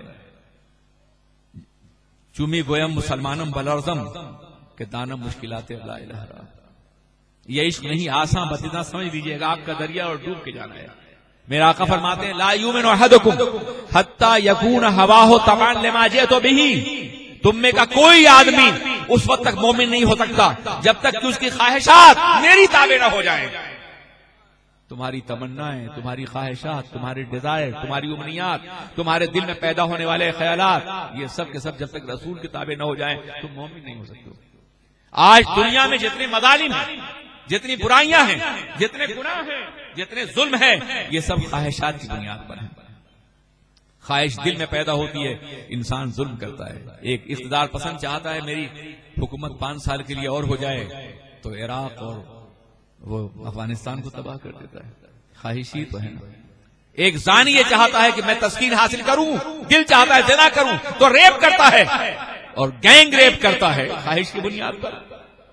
ایک قاتل اپنی تسکین کے لیے قتل کرتا ہے. ایک جھوٹ بولنے والا مکار جھوٹ بولتا ہے اپنی خواہش کے لیے. دنیا کی جتنی برائیاں ہیں یہ خواہشات کی بنیاد پہ پیدا ہوتی ہیں. اور میرے آقا نے کہا دنیا کی تمام برائیوں سے بچنا ہے تو اپنی خواہشات کو میرے حوالے کر دو. لا یؤمن احدکم حتی یکون ہواہ. آج یہ ریپ نہ ہوتا اگر خواہشات نبی کے، آج یہ ظلم نہ ہوتا اگر خواہشات نبی کے حوالے ہوتی. خواہشات کا تعلق دل سے ہے نا، تو دل میں بیک وقت 2 متضاد قوتیں تو نہیں رہیں گی. اب اگر آپ چاہتے ہیں کہ آپ کا دل خواہشات سے پاک ہو جائے، بری خواہشات سے، تو اپنے دل میں نبی کی محبت بٹھا لیجیے. جب نبی کی محبت بیٹھ جائے گی تو آپ کے دل میں بری خواہشات کبھی نہیں آئیں گی. امام احمد رضا کا مسئلہ یہی تھا کہ اپنے آپ گینے دل میں نبی کی محبت کی شمع کو جلائے رکھیے، دنیا کی تمام قوتیں آپ کے قدموں میں جھک جائیں گی. ان کا پیغام محبت رسول کا پیغام تھا، عظمت رسول کا پیغام تھا، احترام رسول کا پیغام تھا، وقار رسالت کا پیغام تھا. آپ اندازہ فرمائیں اور غور کریں کہ وہ جس دور میں تشریف لائے تھے امام ہمارے احمد رضا فاضل بریلوی، گستاخیوں کا ایک سلسلہ چل رہا تھا. اور یہ اس زمانے سے ہی عرب کے کافروں سے آگے بڑھیے تو یہ سلسلہ مستقل ہے. کافروں نے الزام لگایا. اس کے بعد ایک طویل جنگ ہوئی ہے مسلمانوں اور کرسچین کے درمیان میں، صلیبی جنگ ہے کئی 100 سال تک. اس میں مسلسل شکست کھاتے رہے. ہتین کے میدان میں آخری شکست صلاح الدین نے دی ان کو. اب وہ سمجھ گئے کہ مسلمانوں سے میدان جنگ میں کامیابی حاصل نہیں کر سکتے تو ان کے پیغمبر پہ الزام لگاؤ. اس کے بعد ایک مستقل سلسلہ ہو گیا. کبھی کہا وہ وہی مرگی ہے، کبھی کہا معاذ اللہ کہ انہوں نے کچھ لوگوں کی جماعت جمع کر کے خوشحال علاقوں میں حملہ کیا تاکہ وہ سرمایہ اکٹھا کر سکیں. کبھی یہ کہا کہ خواہشات نفس کی پیروی کرتے تھے معاذ اللہ. کبھی یہ کہا کہ ان کی زبان پر شیطان جاری ہو گیا تھا جس کی بنیاد پر شیطانی ورسز نام رکھا. نہیں سنا ہوگا آپ نے. اعتراضات سن لیجیے کس قدر بدترین ظلم کیا گیا ہے مسلمانوں کے ساتھ، پیغمبر کے ساتھ نہیں. پیغمبر کو اللہ نے اتنا بلند کیا ہے کہ دنیا کی تمام تر رفتیں ان کے قدموں کی خاک کے برابر نہیں پہنچ سکتی.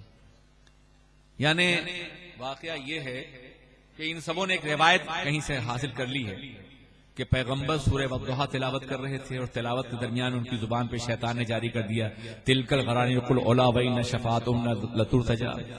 یہ بدھ بڑے بڑے صاحب منصب ہیں، ان کی شفاعت طلب کی جا سکتی ہے. یہ شیطانی، اسی بنیاد پر سلمان رشدی نے اپنی کتاب کا نام شیطانی کے ورثے رکھا تھا.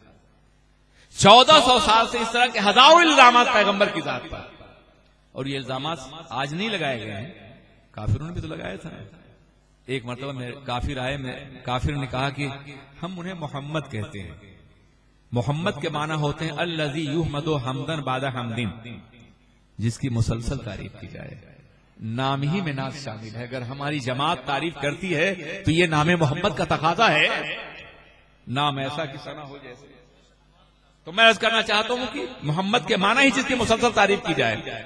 وہ احمد بھی ہیں، اپنے اللہ کی تعریف کرتے ہیں اور اللہ نے انہیں محمد بنایا ہے. ساری کائنات ان کی تعریف کرتی ہے. احمد سب سے بڑا تعریف کرنے والا، وہ اپنے اللہ کی تعریف کرتے ہیں. محمد جس کی تعریف مسلسل کی جائے یہ سرور کائنات ہے. تو محمد ان کا نام ہے. تو کافروں نے کہا کہ ہم انہیں محمد کہتے ہیں جن کی تعریف ہونی چاہیے، مسلسل ہونی چاہیے، اور کہتے ہیں کہ وہ دیوانے بھی ہیں، وہ شاعر بھی ہیں، وہ ساحر بھی ہیں. یہ تو تضاد ہو گیا نا، یعنی محمد بھی کہتے ہیں اور دیوانہ بھی کہتے ہیں. تو آج سے انہیں مذمم کہیں گے. تو صحابہ سرکار کی بارگاہ میں آئی، یا رسول اللہ لوگ آپ کو مذمم کہتے ہیں. تو آپ نے تبسم فرمایا، یوں مسکرائے جان سی کلیوں پڑ گئی، یوں لب کشا ہوئے گلستان بنا دیا، آلام روزگار کو آساں بنا دیا، جو غم ہوا اسے غم جانا بنا دیا. آپ نے تبسم فرمایا اور کہا کسی مذمم کو کہتے ہوں گے، میں تو محمد ہوں نا. نام ہی ایسا رکھ دیا اللہ نے کہ جس کی توہین ہو ہی نہ سکے. نام ایسا کہ ثنا ہو جیسے.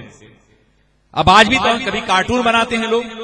کارٹون بنانے کے لیے کوئی فیشیل آؤٹ لک تو ہونا چاہیے، کوئی چہرہ تو ہونا چاہیے. اس کو بگاڑ دیتے ہیں، مسخاکہ کر دیتے ہیں، ٹیڑھا میڑھا کر وہ کارٹون بن جاتا ہے. کیا میرے آقا کی کوئی تصویر ہے دنیا میں؟ میاں اگر کیمرہ ہوتا بھی تو میرے آقا کی تصویر نہیں آ سکتی تھی. جانتے ہو کیوں؟ تصویر کے لیے سالڈ جسم چاہیے، وہ تو نور تھے.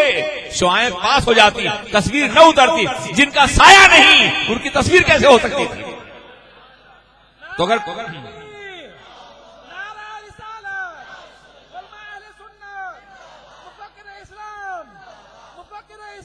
اگر کوئی کارٹون بناتا ہے تو کسی بش کا کارٹون ہوگا، وہ میرے آقا کا نہیں ہو سکتا. ان کی تصویر وہ محمد ہے. مذمم کہنے سے کیا ہوتا ہے؟ کہنے دیے لوگوں کو. انہیں تو اللہ نے محمد بنا کے پیدا کیا ہے، جن کی تعریف ہمیشہ ہوگی. اب جن کی جو تعریف کرنے والے ہیں وہ اللہ کی مرضی کی اطاعت کر رہے ہیں. انا اعطیناک الکوثر ورفعنا لک ذکرک. اور جو تنقیص تلاش کرتے ہیں نبی کی ذات میں، یہ نہیں تھے، وہ نہیں تھے، وہ نہیں تھے، یہ کمی تھی، وہ کمی تھی، وہ مرضی الہی کے بھی خلاف ہیں اور قرآن پاک کے فیصلوں کے بھی خلاف ہیں. ایک دفعہ وہ اپنے ذہن کی تطہیر کریں، تھوڑی دیر کے لیے سوچیں کہ ہم کس راہ پہ جا رہے ہیں اور کیا کرنے جا رہے ہیں. عزیزان ملت اسلامیہ، تو میں یہ عرض کرنا چاہتا ہوں کہ عجیب معاملہ ہے. اللہ نے ان کو بے سایہ بنایا تاکہ ان کی تصویر نہ بنے. اور ایک بہت بڑا مغربی مفکر ہے پروفیسر رینان، وہ یہ کہتا ہے کہ پیغمبر اسلام کا سب سے بڑا کمال یہ تھا کہ انہوں نے ذات الہی کو غیر مرئی اور غیر مجسم نہ پیش کر کے ہمیشہ کے لیے رسوا ہونے سے بچا لیا. حالانکہ وہ غیر مرئی اور غیر مجسم تو ہے، یہ تو آقا نے تعارف کرا ہے، وہ تو ہے. لیکن اس نے یہ کہا ہے کہ پیغمبر اسلام کا سب سے بڑا کمال یہ ہے کہ انہوں نے ذات الہی کو، اللہ کی ذات کو دیکھی جانے والی اور جسم رکھنے والی نہیں قرار دیا. اس لیے جو تصویر بنے گی وہ ذلیل ہوگی. کتنے معبودان باطل کی تصویریں قدموں سے روندی جاتی ہیں. تو اللہ کی ذات کو غیر مجسم قرار دیا اور غیر مرئی قرار دیا تاکہ اس کی رسوائی نہ ہو سکے، اور اللہ نے اپنے نبی کو محمد قرار دیا تاکہ ان کی بھی رسوائی نہ ہو سکے. محمد پورا قرآن مدحت الہی، الحمد کے الف سے لے کے ناس کے سین تک کتنی آیت کریمہ ہیں جو تصویر کردار مصطفیٰ ہیں، تصویر اخلاق مصطفیٰ ہیں اور تصویر عظمت مصطفیٰ ہیں. میرے عزیز ساتھیو، تو محبت رسول ایک ایسا داعیہ ہے جو ہماری کامیابیوں کی سب سے بڑی ضمانت. یاد رکھیے، غزوہ بدر ہو، حنین ہو، خیبر و خندق ہو، یہ سب محبت رسول ہی کی بنیاد پر ہے. ورنہ جناب موسیٰ کی طرح کہہ دیتے. یہی ہوا تھا نا بدر کے موقع پہ، جب اللہ کے رسول نے جمع فرمایا انصار اور مہاجرین کو اور کہا کہ کفار منظم ہو کے آ رہے ہیں، ان کے پاس فوج بھی ہے، اسلحہ بھی ہے، طاقت بھی ہے، اور ہم بے اسلحے کے ہیں، اسباب نہیں ہمارے پاس، تھوڑی تعداد ہے ہماری، کمزور ہے. کیا خیال ہے تمہارا کہ جنگ کریں گے ہم؟ انصار نے کہا تھا یا رسول اللہ، ہم جناب موسیٰ کی قوم نہیں ہے کہ آپ سے کہہ دیں جائیے آپ کا اور آپ کا رب جنگ کریں، ہم تماشا دیکھیں گے. ہم آپ کے قدموں میں اپنے جسموں کی فصیل تعمیر کر دیں گے، ہم آگ میں کود جائیں گے، ہم پہاڑوں سے چھلانگ لگائیں گے. حضور، ہم آپ کے اوپر کوئی تیر ظلم کا نہیں آنے دیں گے، آپ حکم دیجیے، ہم حاضر ہیں. یہ محبت نہیں تھی اور کیا تھی؟ ایک بہت مشہور مفکر ہے، وہ یہ کہتا ہے کہ دنیا کی تمام قوموں نے اپنے نبی کو صرف پیغامبر مانا ہے، پیغام لے آنے والا، مگر مسلمان اپنے کو پیغامبر بھی مانتا ہے اور اپنا محبوب بھی مانتا ہے.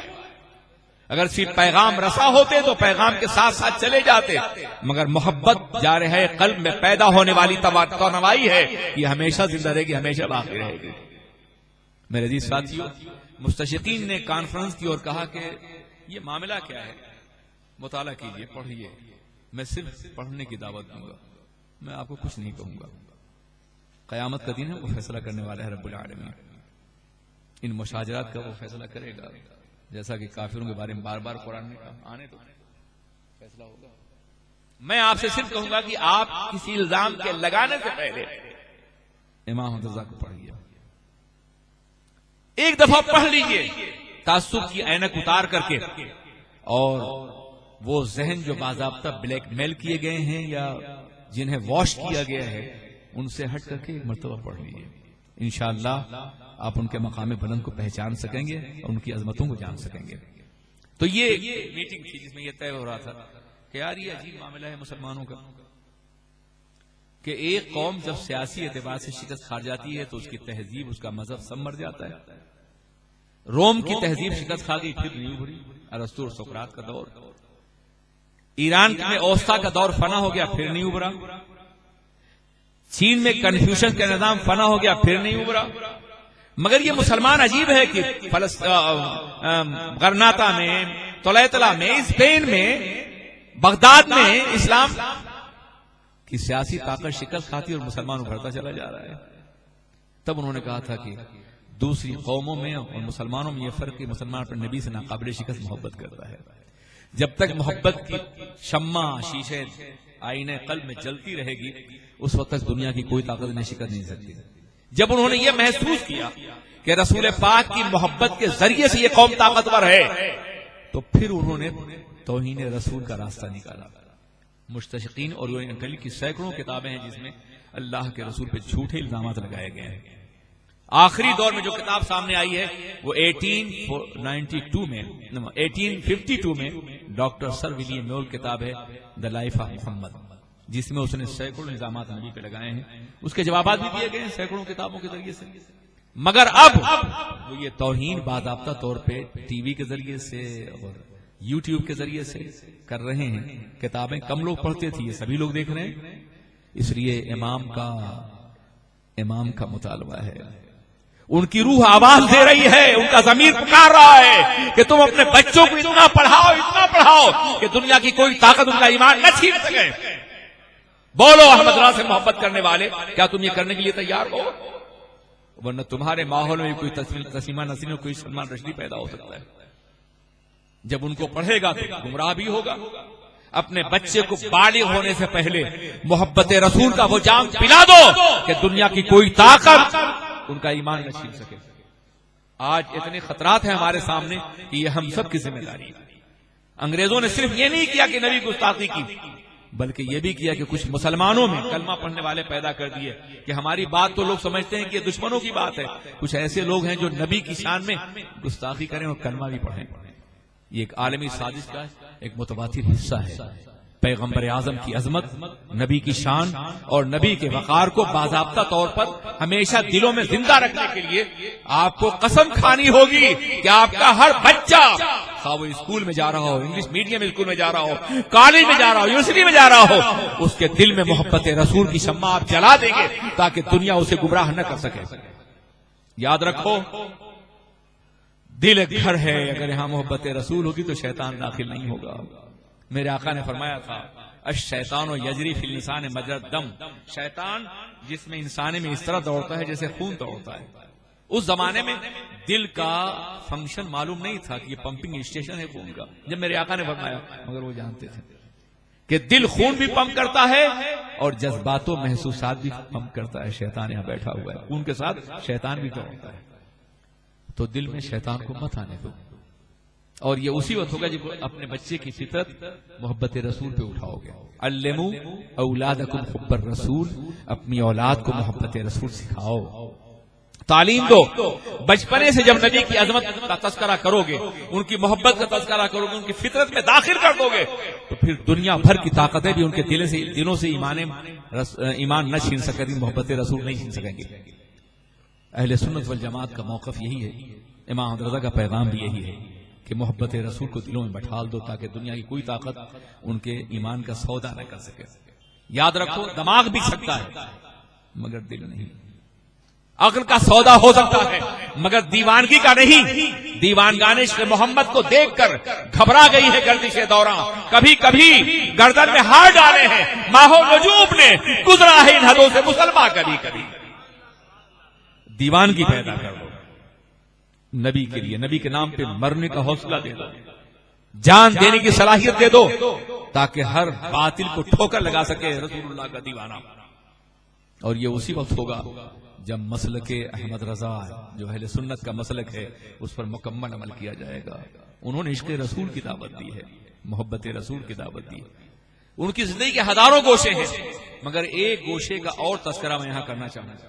یار کبھی ان کی حیات پر سننا ہو تو بہت سے پروگرام کر لینا, ہر روز کے 8-10 سیمینارز رکھو تو ان کی حیات کے بارے میں تفصیل بتاؤں.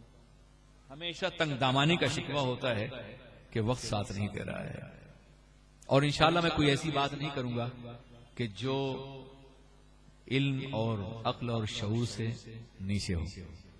دلائل کی روشنی میں, عقل کی روشنی میں, قرآن و حدیث کی روشنی میں بات ہوگی. اب ایک بات جو مسلسل کہی جا رہی ہے وہ امام اعظم کے حوالے سے کہی جا رہی ہے کہ امام اعظم کی تقلید کرنے والے مشرک ہیں اور ہر مشرک مباح الدم ہوتا ہے. یہ بات بہت کثرت سے کہی جا رہی ہے, اور یہاں یہ کہنے والے موجود ہوں تو میں نے دعوت فکر دی. I want to invite them to listen and to think about your claim. میں انہیں دعوت دینا چاہتا ہوں کہ آئیے ہم بیٹھ کے امام کے بارے میں جاننا چاہیں. عزیزان ملت اسلامیہ, وہ کہتے ہیں کہ ان کی فقہ جو ہے حدیث پر مبنی نہیں ہے, قیاس محض پر مبنی ہے. کچھ کہتے ہیں انہیں صرف 17 حدیثیں یاد تھیں وغیرہ وغیرہ, اس طرح کی بہت بات امام اعظم کے بارے میں ہو رہی ہے. یار احمد رضا کے بارے میں نہیں, امام اعظم گلی گلی میں ہو رہی, کوچے کوچے میں بچوں سے کہا جا رہا ہے, کالجوں یونیورسٹی میں مسلسل یہ بات کہی جا رہی ہے امام اعظم کے بارے میں. وہ جن کو متفقہ طور پر بخاری اور مسلم نے بھی امام اعظم مانا ہے.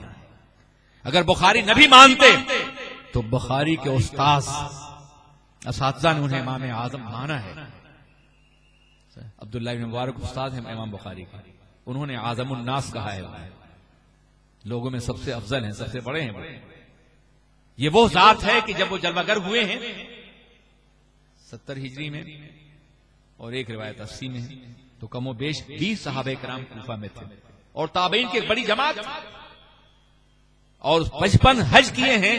ہر بار صحابہ سے ملاقات کی انہوں نے اور صحابہ سے روایت کی. آج کہتے ہو کہ ان کے دلائل میں ذوف ہے. ارے ظالموں, کہاں ذوف تلاش کر رہے ہو؟ امام ابو حنیفہ اور سرکار کے درمیان میں یا تو ثلاثیات ہیں یا رباعیات ہیں, یعنی راویوں میں 3 ہیں یا زیادہ 4 ہیں, امام ایک اور اس کے بعد سرکار, یا صحابی اس کے بعد سرکار, یہی ہے نا. صحابہ سے روایت کرتے ہیں تو 3 ہیں راوی, اور اگر تابعین سے روایت کرتے ہیں تو 4 ہیں. امام خیر القرون میں پیدا ہوئے, کوئی نہیں پیدا ہوا ہے. میرے آقا نے فرمایا تھا خیر القرون قرنی ثم الذین یلونہم ثم الذین یلونہم, سب سے بہتر زمانہ میرا ہے, اس کے بعد جو ان سے ملے, اس کے بعد جو ان سے ملے. تو انہوں نے عہد تابعین پایا ہے, صحابہ کا زمانہ پایا ہے, خیر القرون میں پیدا ہوئے ہیں. وہ کوئی اور دوسرا امام تو نہیں پیدا ہوا. تمہارے جتنے محدثین ہیں ہمارے بھی ہیں, وہ تو نہیں پیدا ہوئے امام. اب اگر تم کہتے ہو ان کی کوئی روایت ضعیف ہے, لکھ لو, نوٹ کر لو, سمجھنے کی کوشش کرو. تو میں کہتا ہوں ذوف کہاں پیدا ہوا ہے, کب پیدا ہوا ہے, کس مقام پہ پیدا ہوا ہے؟ جب امام اعظم نے روایت کی ہے صحابی سے, جب روایت کی ہے تابعی سے. یار بیٹھو, کوئی جلدی, کہیں کوئی کام پہ جا رہے ہو, اچھی باتیں ہو رہی ہیں, نہ اچھا لگے تو مت سننا, لیکن سن. ہم بھی بہت سی باتیں سن لیتے ہیں, روز افواہوں کو سنتے پھرتے رہتے. اچھا ٹائم نہیں جائیے, پھر کوئی بات نہیں, جائیے. شکریہ آپ کا, اللہ آپ کو سلامت رکھے, ایمان و عمل کے ساتھ رکھے. سمجھا آپ نے؟ ہاں میں سمجھ رہا ہوں بیٹا, جاؤ, اللہ اچھا رکھے آپ. میں سمجھا کہ شاید اب ایک, حالانکہ میں نے کچھ کہا نہیں ہوں, صرف اپنا دفاع کر رہا ہوں. ڈیفنس کا حق تو ہے نا مجھے, اپنے امام کی طرف سے ڈیفنس کا حق تو ہے نا. میں حملہ نہیں کر رہا ہوں, حملہ کروں تو بہت برا ہو جائے گا. اگر تمہارا چہرہ بے نقاب کروں تو کہیں پناہ لینے کے قابل نہیں ہوگا. لیکن میرا یہ کام کبھی نہیں رہا ہے کہ تمہیں بے نقاب کروں, میں خود کو بے نقاب کرتا ہوں. اپنی ہستی کا اگر حسن نمایاں ہو جائے، آدمی کثرت انوار سے حیران ہو جائے. دینے والے تجھے دینا ہے تو اتنا دے دے کہ مجھے شکوے کوتاہی دامہ ہو جائے. ہمارا ہی حسن اتنا ہے کہ آدمی جلووں میں گم ہو کے رہ جائے، ضرورت ہی نہیں کسی اور کو بے نقاب کرنے کی، ہم اپنے کو بے نقاب کریں. امام اعظم، اگر تم کہتے ان کی کوئی روایت ضعیف ہے یا ان کے استدلال میں کوئی ضعف ہے، تو تابعی کے اندر ضعف تھا، صحابی کے اندر یا امام کے اندر تھا یا رسول کے اندر تھا؟ اگر بعد میں کوئی ذوق تم نے پیدا کیا ہے تو ظالموں یہ تمہارا کام ہے، اس کا تعلق امام اعظم کی ذات سے نہیں ہے. پھر ذرا سوچو کہ تم بخاری شریف کو مانتے ہو نا؟ بخاری کے کئی اساتذہ ہیں جو امام اعظم کے شاگرد ہیں. شافعی امام اعظم کے شاگردوں کے شاگردوں کے شاگرد ہیں، جنہیں اپنے دور میں سب نے امام مانا ہے. آج تم 1400 سال کے بعد اتنے صاحب عقل ہو گئے ہو کہ ان کا انکار کرتے ہوئے نظر آتے ہو. تم نے کبھی یہ نہیں سوچا، یہ ایک بہت وسیع ٹاپک ہے، انشاءاللہ کبھی اور صرف امام کی حیات پر، ان کے کارناموں پر، حنفیت کے اوپر، احناف کے اوپر گفتگو ہوگی.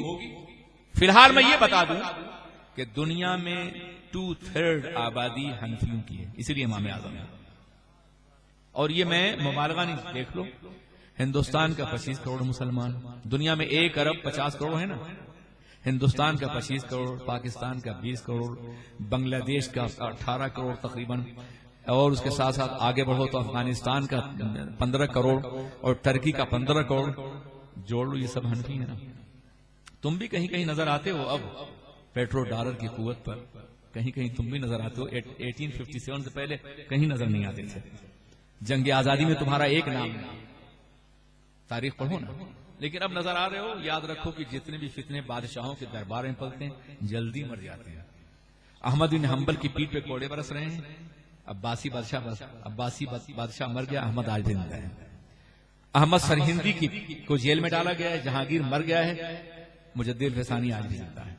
امام اعظم آج کی طاغوتی قوتوں کا مقابلہ کر رہے ہیں، یہ ختم ہو جائیں گے طاقت کے ساتھ. امام اعظم اپنی حنف فقہ کے ساتھ ہر دور میں زندہ رہیں گے. احمد رضا خان آج کے باطل پھر مقابلہ کرنے وہ زندہ رہیں گے، اس لیے کہ ان کا تعلق کسی دربار سے نہیں ہے، ان کا تعلق نبی کے دربار سے ہے. وہ بکے ہیں تو سرکار کی بارگاہ میں بکے ہیں. دنیا بکتی ہے ڈالر والے درباروں میں، اور میرا امام بکا ہے رسول پاک کی دربار میں. جب تک بکے نہ تھے تو کوئی پوچھتا نہ تھا، تم نے خرید کر ہمیں انمول کر دیا. جو وہاں بک جاتا ہے، جو وہاں بک جاتا ہے، اسے دنیا کی کوئی طاقت خرید نہیں سکتی ہے. میرے عزیز ساتھیوں، اس لیے طاقت اور سرمایہ اور ڈالر کی بنیاد پر اگر ترقی کر رہے ہو تو اپنا انجام بھی دیکھ لو. مستقبل تمہارے حوالے نہیں.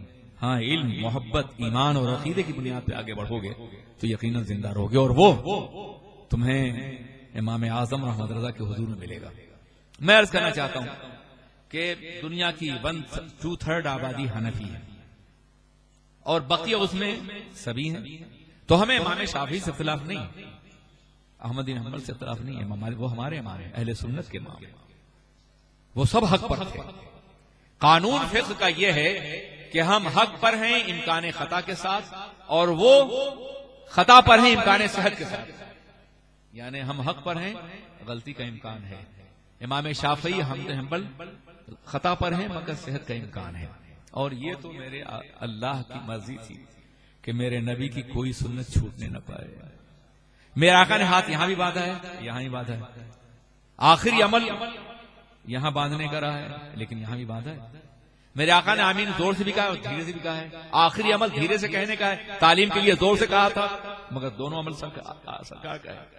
تو 4 مکتبے اس لیے بن گئے، مکتبہ فکر اور مکتبہ فقہ، کہ میرے رسول کی کوئی سنت چھوٹنے نہ پائے. کسی پہ حنفی عمل کریں، کسی پہ شافعی عمل کریں، کسی پہ حنبلی عمل کریں، جو بھی ادائیں ہیں رسول کی ان پر عمل ہوتا رہے. سب قابل احترام ہیں، جو سنی ہیں، جو مسلک اہل سنت کے قائل ہیں، جو مقلد ہیں. غیر مقلدوں کا مسئلہ ذرا مختلف ہے. وہ تینوں احادیث کو چھوڑ کے ایک کو مانتے ہیں، اور اہل حدیث کہتے ہیں 3 حدیثیں ایک باب میں آئی ہیں، 3 کو مان کے ایک کو مانتے ہیں. اس کا مطلب یہ ہے کہ وہ 3 حصے کا انکار کرتے ہیں، ایک حصے قرار کرتے ہیں. اس طرح سے اس حضر کو ختم کر رہے ہیں جو ائمہ کی بارگاہ میں موجود تھا اور احترام رسول کے اعتبار سے. بہرکیف تو میں عرض کرنا چاہتا ہوں کہ امام اعظم ابو حنیفہ کے ماننے والوں کی تعداد دنیا میں، اور ایک خاص بات اور بھی ہے کہ جہاں جہاں بھی کسی مملکت کا نظام تشکیل پایا ہے وہاں حنفی فقہ نافذ کی گئی. عراق میں زیادہ حنفی نہیں تھے، مگر جب عراق کا قانون بنا ہے عباسیوں کے دور میں تو فقہ حنفی کی بنیاد پر. ترکی عرب سے قریب تھا، مگر جب قانون بنا ہے تو فقہ حنفی کی بنیاد پر. مصر میں صلاح الدین ایوبی شافعی تھے، مگر جب مصر کا قانون بنا ہے تو حنفی. ہندوستان میں جب قانون بنا ہے تو حنفی قانون بنا ہے. اس لیے کہ تنہا حنفی فقہ کے اندر یہ صلاحیت ہے کہ وہ قیاس کی بنیاد پر، جس پہ تم اعتراض کرتے ہو، اجتہاد کی بنیاد پر ہر دور میں مسائل کو حاصل کرنے کی صلاحیت رکھتی ہے. مثال کے طور پر اعضاء کی پیوند کاری، بلڈ ڈونیشن ہے یا گردے کو دینا ہے یا جس نے پیوند کاری کرنا ہے. آج کے دور میں اگر یہ ہو رہا ہے تو کہاں سے تم اسے حاضر کرو گے؟ کیا سرکار کے زمانے میں ہوا تھا؟ صحابہ کے زمانے میں تمہیں اجتہاد کرنا پڑے گا، کوشش کرنی پڑے گی. تمہیں کہیں نہ کہیں فقہ حنفی کے اصولوں کا سہارا لینا پڑے گا، ورنہ آج کے دور میں چل ہی نہیں سکتے ہو. آج کے دور میں جتنی چیزیں نئی پیدا ہو رہی ہیں ان کے جائز یا ناجائز کہنے کے لیے تمہیں اجتہاد کرنا پڑے گا، تمہیں قیاس کے اصولوں پر عمل کرنا پڑے گا. تم مانتے ہو کہ اصول ادلہ اربعہ 4 ہیں، قرآن، سنت، اجماع امت اور قیاس. اس کے بغیر تو تم چل ہی نہیں سکتے ہو. ایک قدم نہیں چل سکتے ہو فقہ حنفی کے بغیر اور اصول قیاس کے بغیر، اصول اجتہاد کے بغیر. اور یہ کوئی امام اعظم نے اپنی طرف سے نہیں کہا. حضرت معاذ بن جبل رضی اللہ عنہ، حدیث تو تم نے پڑھی ہوگی نا، حدیث ہے نا. حضرت معاذ بن جبل کو یمن کا گورنر بنا کے میرے آقا بھیج رہے ہیں. ایک نئے ملک پہ حکومت کرنی ہے، نئے مسائل پیش آئیں گے. تو آپ فرماتے ہیں کہ معاذ وہاں فیصلے کس بنیاد پہ کرو گے؟ کہا حضور قرآن کے ذریعے سے. کہا اگر قرآن میں نہ پاؤ، یہ نہیں کہا کہ قرآن میں نہ ہو، قرآن میں نہ پاؤ یعنی ہے تو مگر تم نہ پاؤ تو حضور حدیث کے ذریعے سے. حدیث میں نہ پاؤ ثم اجتہد برائی، تو میں اپنی رائے سے فیصلہ کروں گا. اور سرکار نے فرمایا الحمدللہ الحمدللہ الذی ہدا، تمام تعریف اللہ کی جس نے ہدایت دی. رسول اللہ ہے، رسول اللہ کے رسول کو یعنی فرستادہ کو، جس سے وہ راضی ہے اور جس سے میں راضی ہوں. تو امام اعظم کی جو 4 بنیادیں ہیں یہ رسول پاک کی عطا کی ہوئی ہیں، یہ تمہارے گھر سے حاصل نہیں کی گئی ہیں کہ اس پہ تم شبخوں لگاؤ یا الزام عائد کرو. اور صرف یہی نہیں، چاروں ائمہ کا موقف یہی ہے. تمہارا پتہ نہیں کیا ہے، یہ تو البانی سے پوچھ لینا. درشی اللہم صلی علی سیدنا مولانا محمد معدن جود والکرم وعلی بارک وسلم. ہمارا ایک تسلسل ہے 1400 سال کا امام اعظم سے لے کے امام احمد رضا تک. اب یہاں چونکہ امام احمد رضا کو اس بات کا احساس تھا کہ ایک ایسا دور آئے گا کہ ایک ایسا طبقہ پیدا ہوگا جو فقہ حنفی کو بے الزام لگائے گا، تقلید کو شرک قرار دے گا. وہ جانتے تھے. اور یہ اعتراض یہ ہوگا کہ فقہ حنفی پہ دلائل نہیں حدیث کے. چنانچہ امام احمد رضا کے معاصرین کو دیکھو، اس زمانے میں جو مفتیان کرام تھے ان کی کتابیں پڑھو. وہ جواب دیتے ہیں، پوچھا جاتا ہے یہ چیز جائز یا ناجائز ہے تو کہتے ہیں ناجائز یا جائز ہے. 2 لفظوں میں جواب، 2 سطر میں جواب. ان کے معاصرین کا معاملہ ہے. لیکن جب امام سے پوچھا جاتا ہے تو ایک ایک جواب میں کئی 100 صفحے لکھتے ہیں. پہلے قرآن لکھتے ہیں، پھر حدیث لکھتے ہیں، پھر اجماع امت اور پھر قیاس اور پھر ترجیح دیتے ہیں نظر آتے ہیں. یہ امام کے فتاوے کا انوکھا اس طریقہ ہے جو آج کے دور میں زبان بندی کے فریضے انجام دے رہا ہے ان باطل قوتوں کے جو حنفیت کے خلاف بول رہے ہیں. عصر جدید میں حنفیت پہ بہت بڑا احسان ہے امام احمد رضا فاضل بریلوی کا. انہوں نے ہمارے مسائل کو استدلال کی زبان عطا فرمائی ہے، دلائل سے آراستہ کیا ہے، دلائل کی قوت عطا فرمائی ہے. تم کہتے ہو ان کو حدیثیں نہیں، امام کو نہیں معلوم ہے. امام اعظم کو احمد رضا کی بارگاہ میں آؤ، کم از کم 8 جلدیں، جامع الحدیث کی 8 جلدیں صرف ان احادیث سے مشتمل ہیں جن کا تذکرہ فتاوی رضیہ کے اندر ہے. اگر تم طحاوی کو نہیں پڑھ سکتے، اتنے باشعور تو ہو نہیں، روایتی انداز میں پڑھنے کا سرسری پن ہے تمہارے اندر. طحاوی کو پڑھنے کے لیے دماغ چاہیے. اگر تم طحاوی کو نہیں پڑھ سکتے ہو اگر تم عینی کو نہیں پڑھ سکتے ہو، فتح القدیر کو نہیں پڑھ سکتے ہو، تو یار احمد رضا کو پڑھ لو، فتاوی رضویہ کو پڑھ لو۔ اگر پڑھ سکتے ہو تو تمہارے تمام سوالوں کا جواب مل جائے گا۔ تمہارا سب سے بڑا محدث جسے تم استاد الکل فی الکل کہتے ہو، میں نے بتا دیا ہے جس نام سے یاد کرتے ہو، احمد رضا کو پڑھ لو۔ بعض معاملات میں اختلاف کیا ہے امام نے تو احادیث سے ایسے دلائل دیے ہیں کہ وہ اپنی زندگی میں تمہارا استاد الکل فی الکل بول نہیں سکا ہے ان کے مقابلے میں۔ تم کیا ہو، تمہاری حیثیت کیا ہے؟ تمہارے لیے تو ہماری علماء کافی ہیں۔ انشاءاللہ امام احمد رضا فاضل بریلوی کا یہ احسان عظیم ہے۔ اور عجیب بات ہے، ہندوستان میں فقہ کی 2 کتابیں مرتب ہوئی ہیں فتاوی کی، فتاوی ہندیہ جسے عالمگیری کہتے ہو، اسے تم نے کبھی مانا ہی نہیں، اور فتاوی رضویہ العطایا نبویہ۔ فتاوی ہندیہ جب مرتب ہو رہی تھی تو اورنگزیب عالمگیر نے 300 فقہا کو جمع کیا تھا، انہیں وزیروں کے برابر تنخواہ دی تھی، اور ان کو قلم دینے کے لیے اور روشنائی دینے کے لیے بھی نوکر ہوتا تھا۔ میرے امام احمد رضا نے فتاوی رضویہ مرتب کیا بغیر کسی سہارے کے، ایک گوشے میں بیٹھ کر کے، اور اس سے بڑی کتاب مرتب فرمائی ہے دلائل کے اعتبار سے، استدلال کے اعتبار سے۔ اس لیے میں نے شروع میں کہا تھا کہ جس کی جو کتابوں میں دیکھا جا سکتا ہو اسے افواہوں کے ذریعے مت لینے کی کوشش کرو، پروپیگنڈے کی زبان بند کر دو، آنکھیں کھولو اور پڑھنے کی کوشش کرو تاکہ تم ان کی عظمت سے واقف ہو سکو۔ یہ سارے ٹاپکس ہیں ان کی حیات کے، مگر سب سے خوبصورت ٹاپک عشق رسول کا ہے۔ یقین مان لو اگر انہوں نے حالات زمانہ اور مستقبل پہ نظر رکھ کر کے اپنی کرامتوں کو، اپنی ولایتوں کو فقہ کے پردے میں نہ چھپایا ہوتا تو آج اپنے وقت سرمد اور منصور ہوتے۔ یہ کوئی سرمد ہی کہہ سکتا ہے، سامنے ہے وہ نوبہار، سجدے کو دل ہے بے قرار، روکیے سر کو روکیے، ہاں یہی امتحان ہے۔ وہ سوئے لالہ زار پھرتے ہیں، تیرے دین بہار پھرتے ہیں۔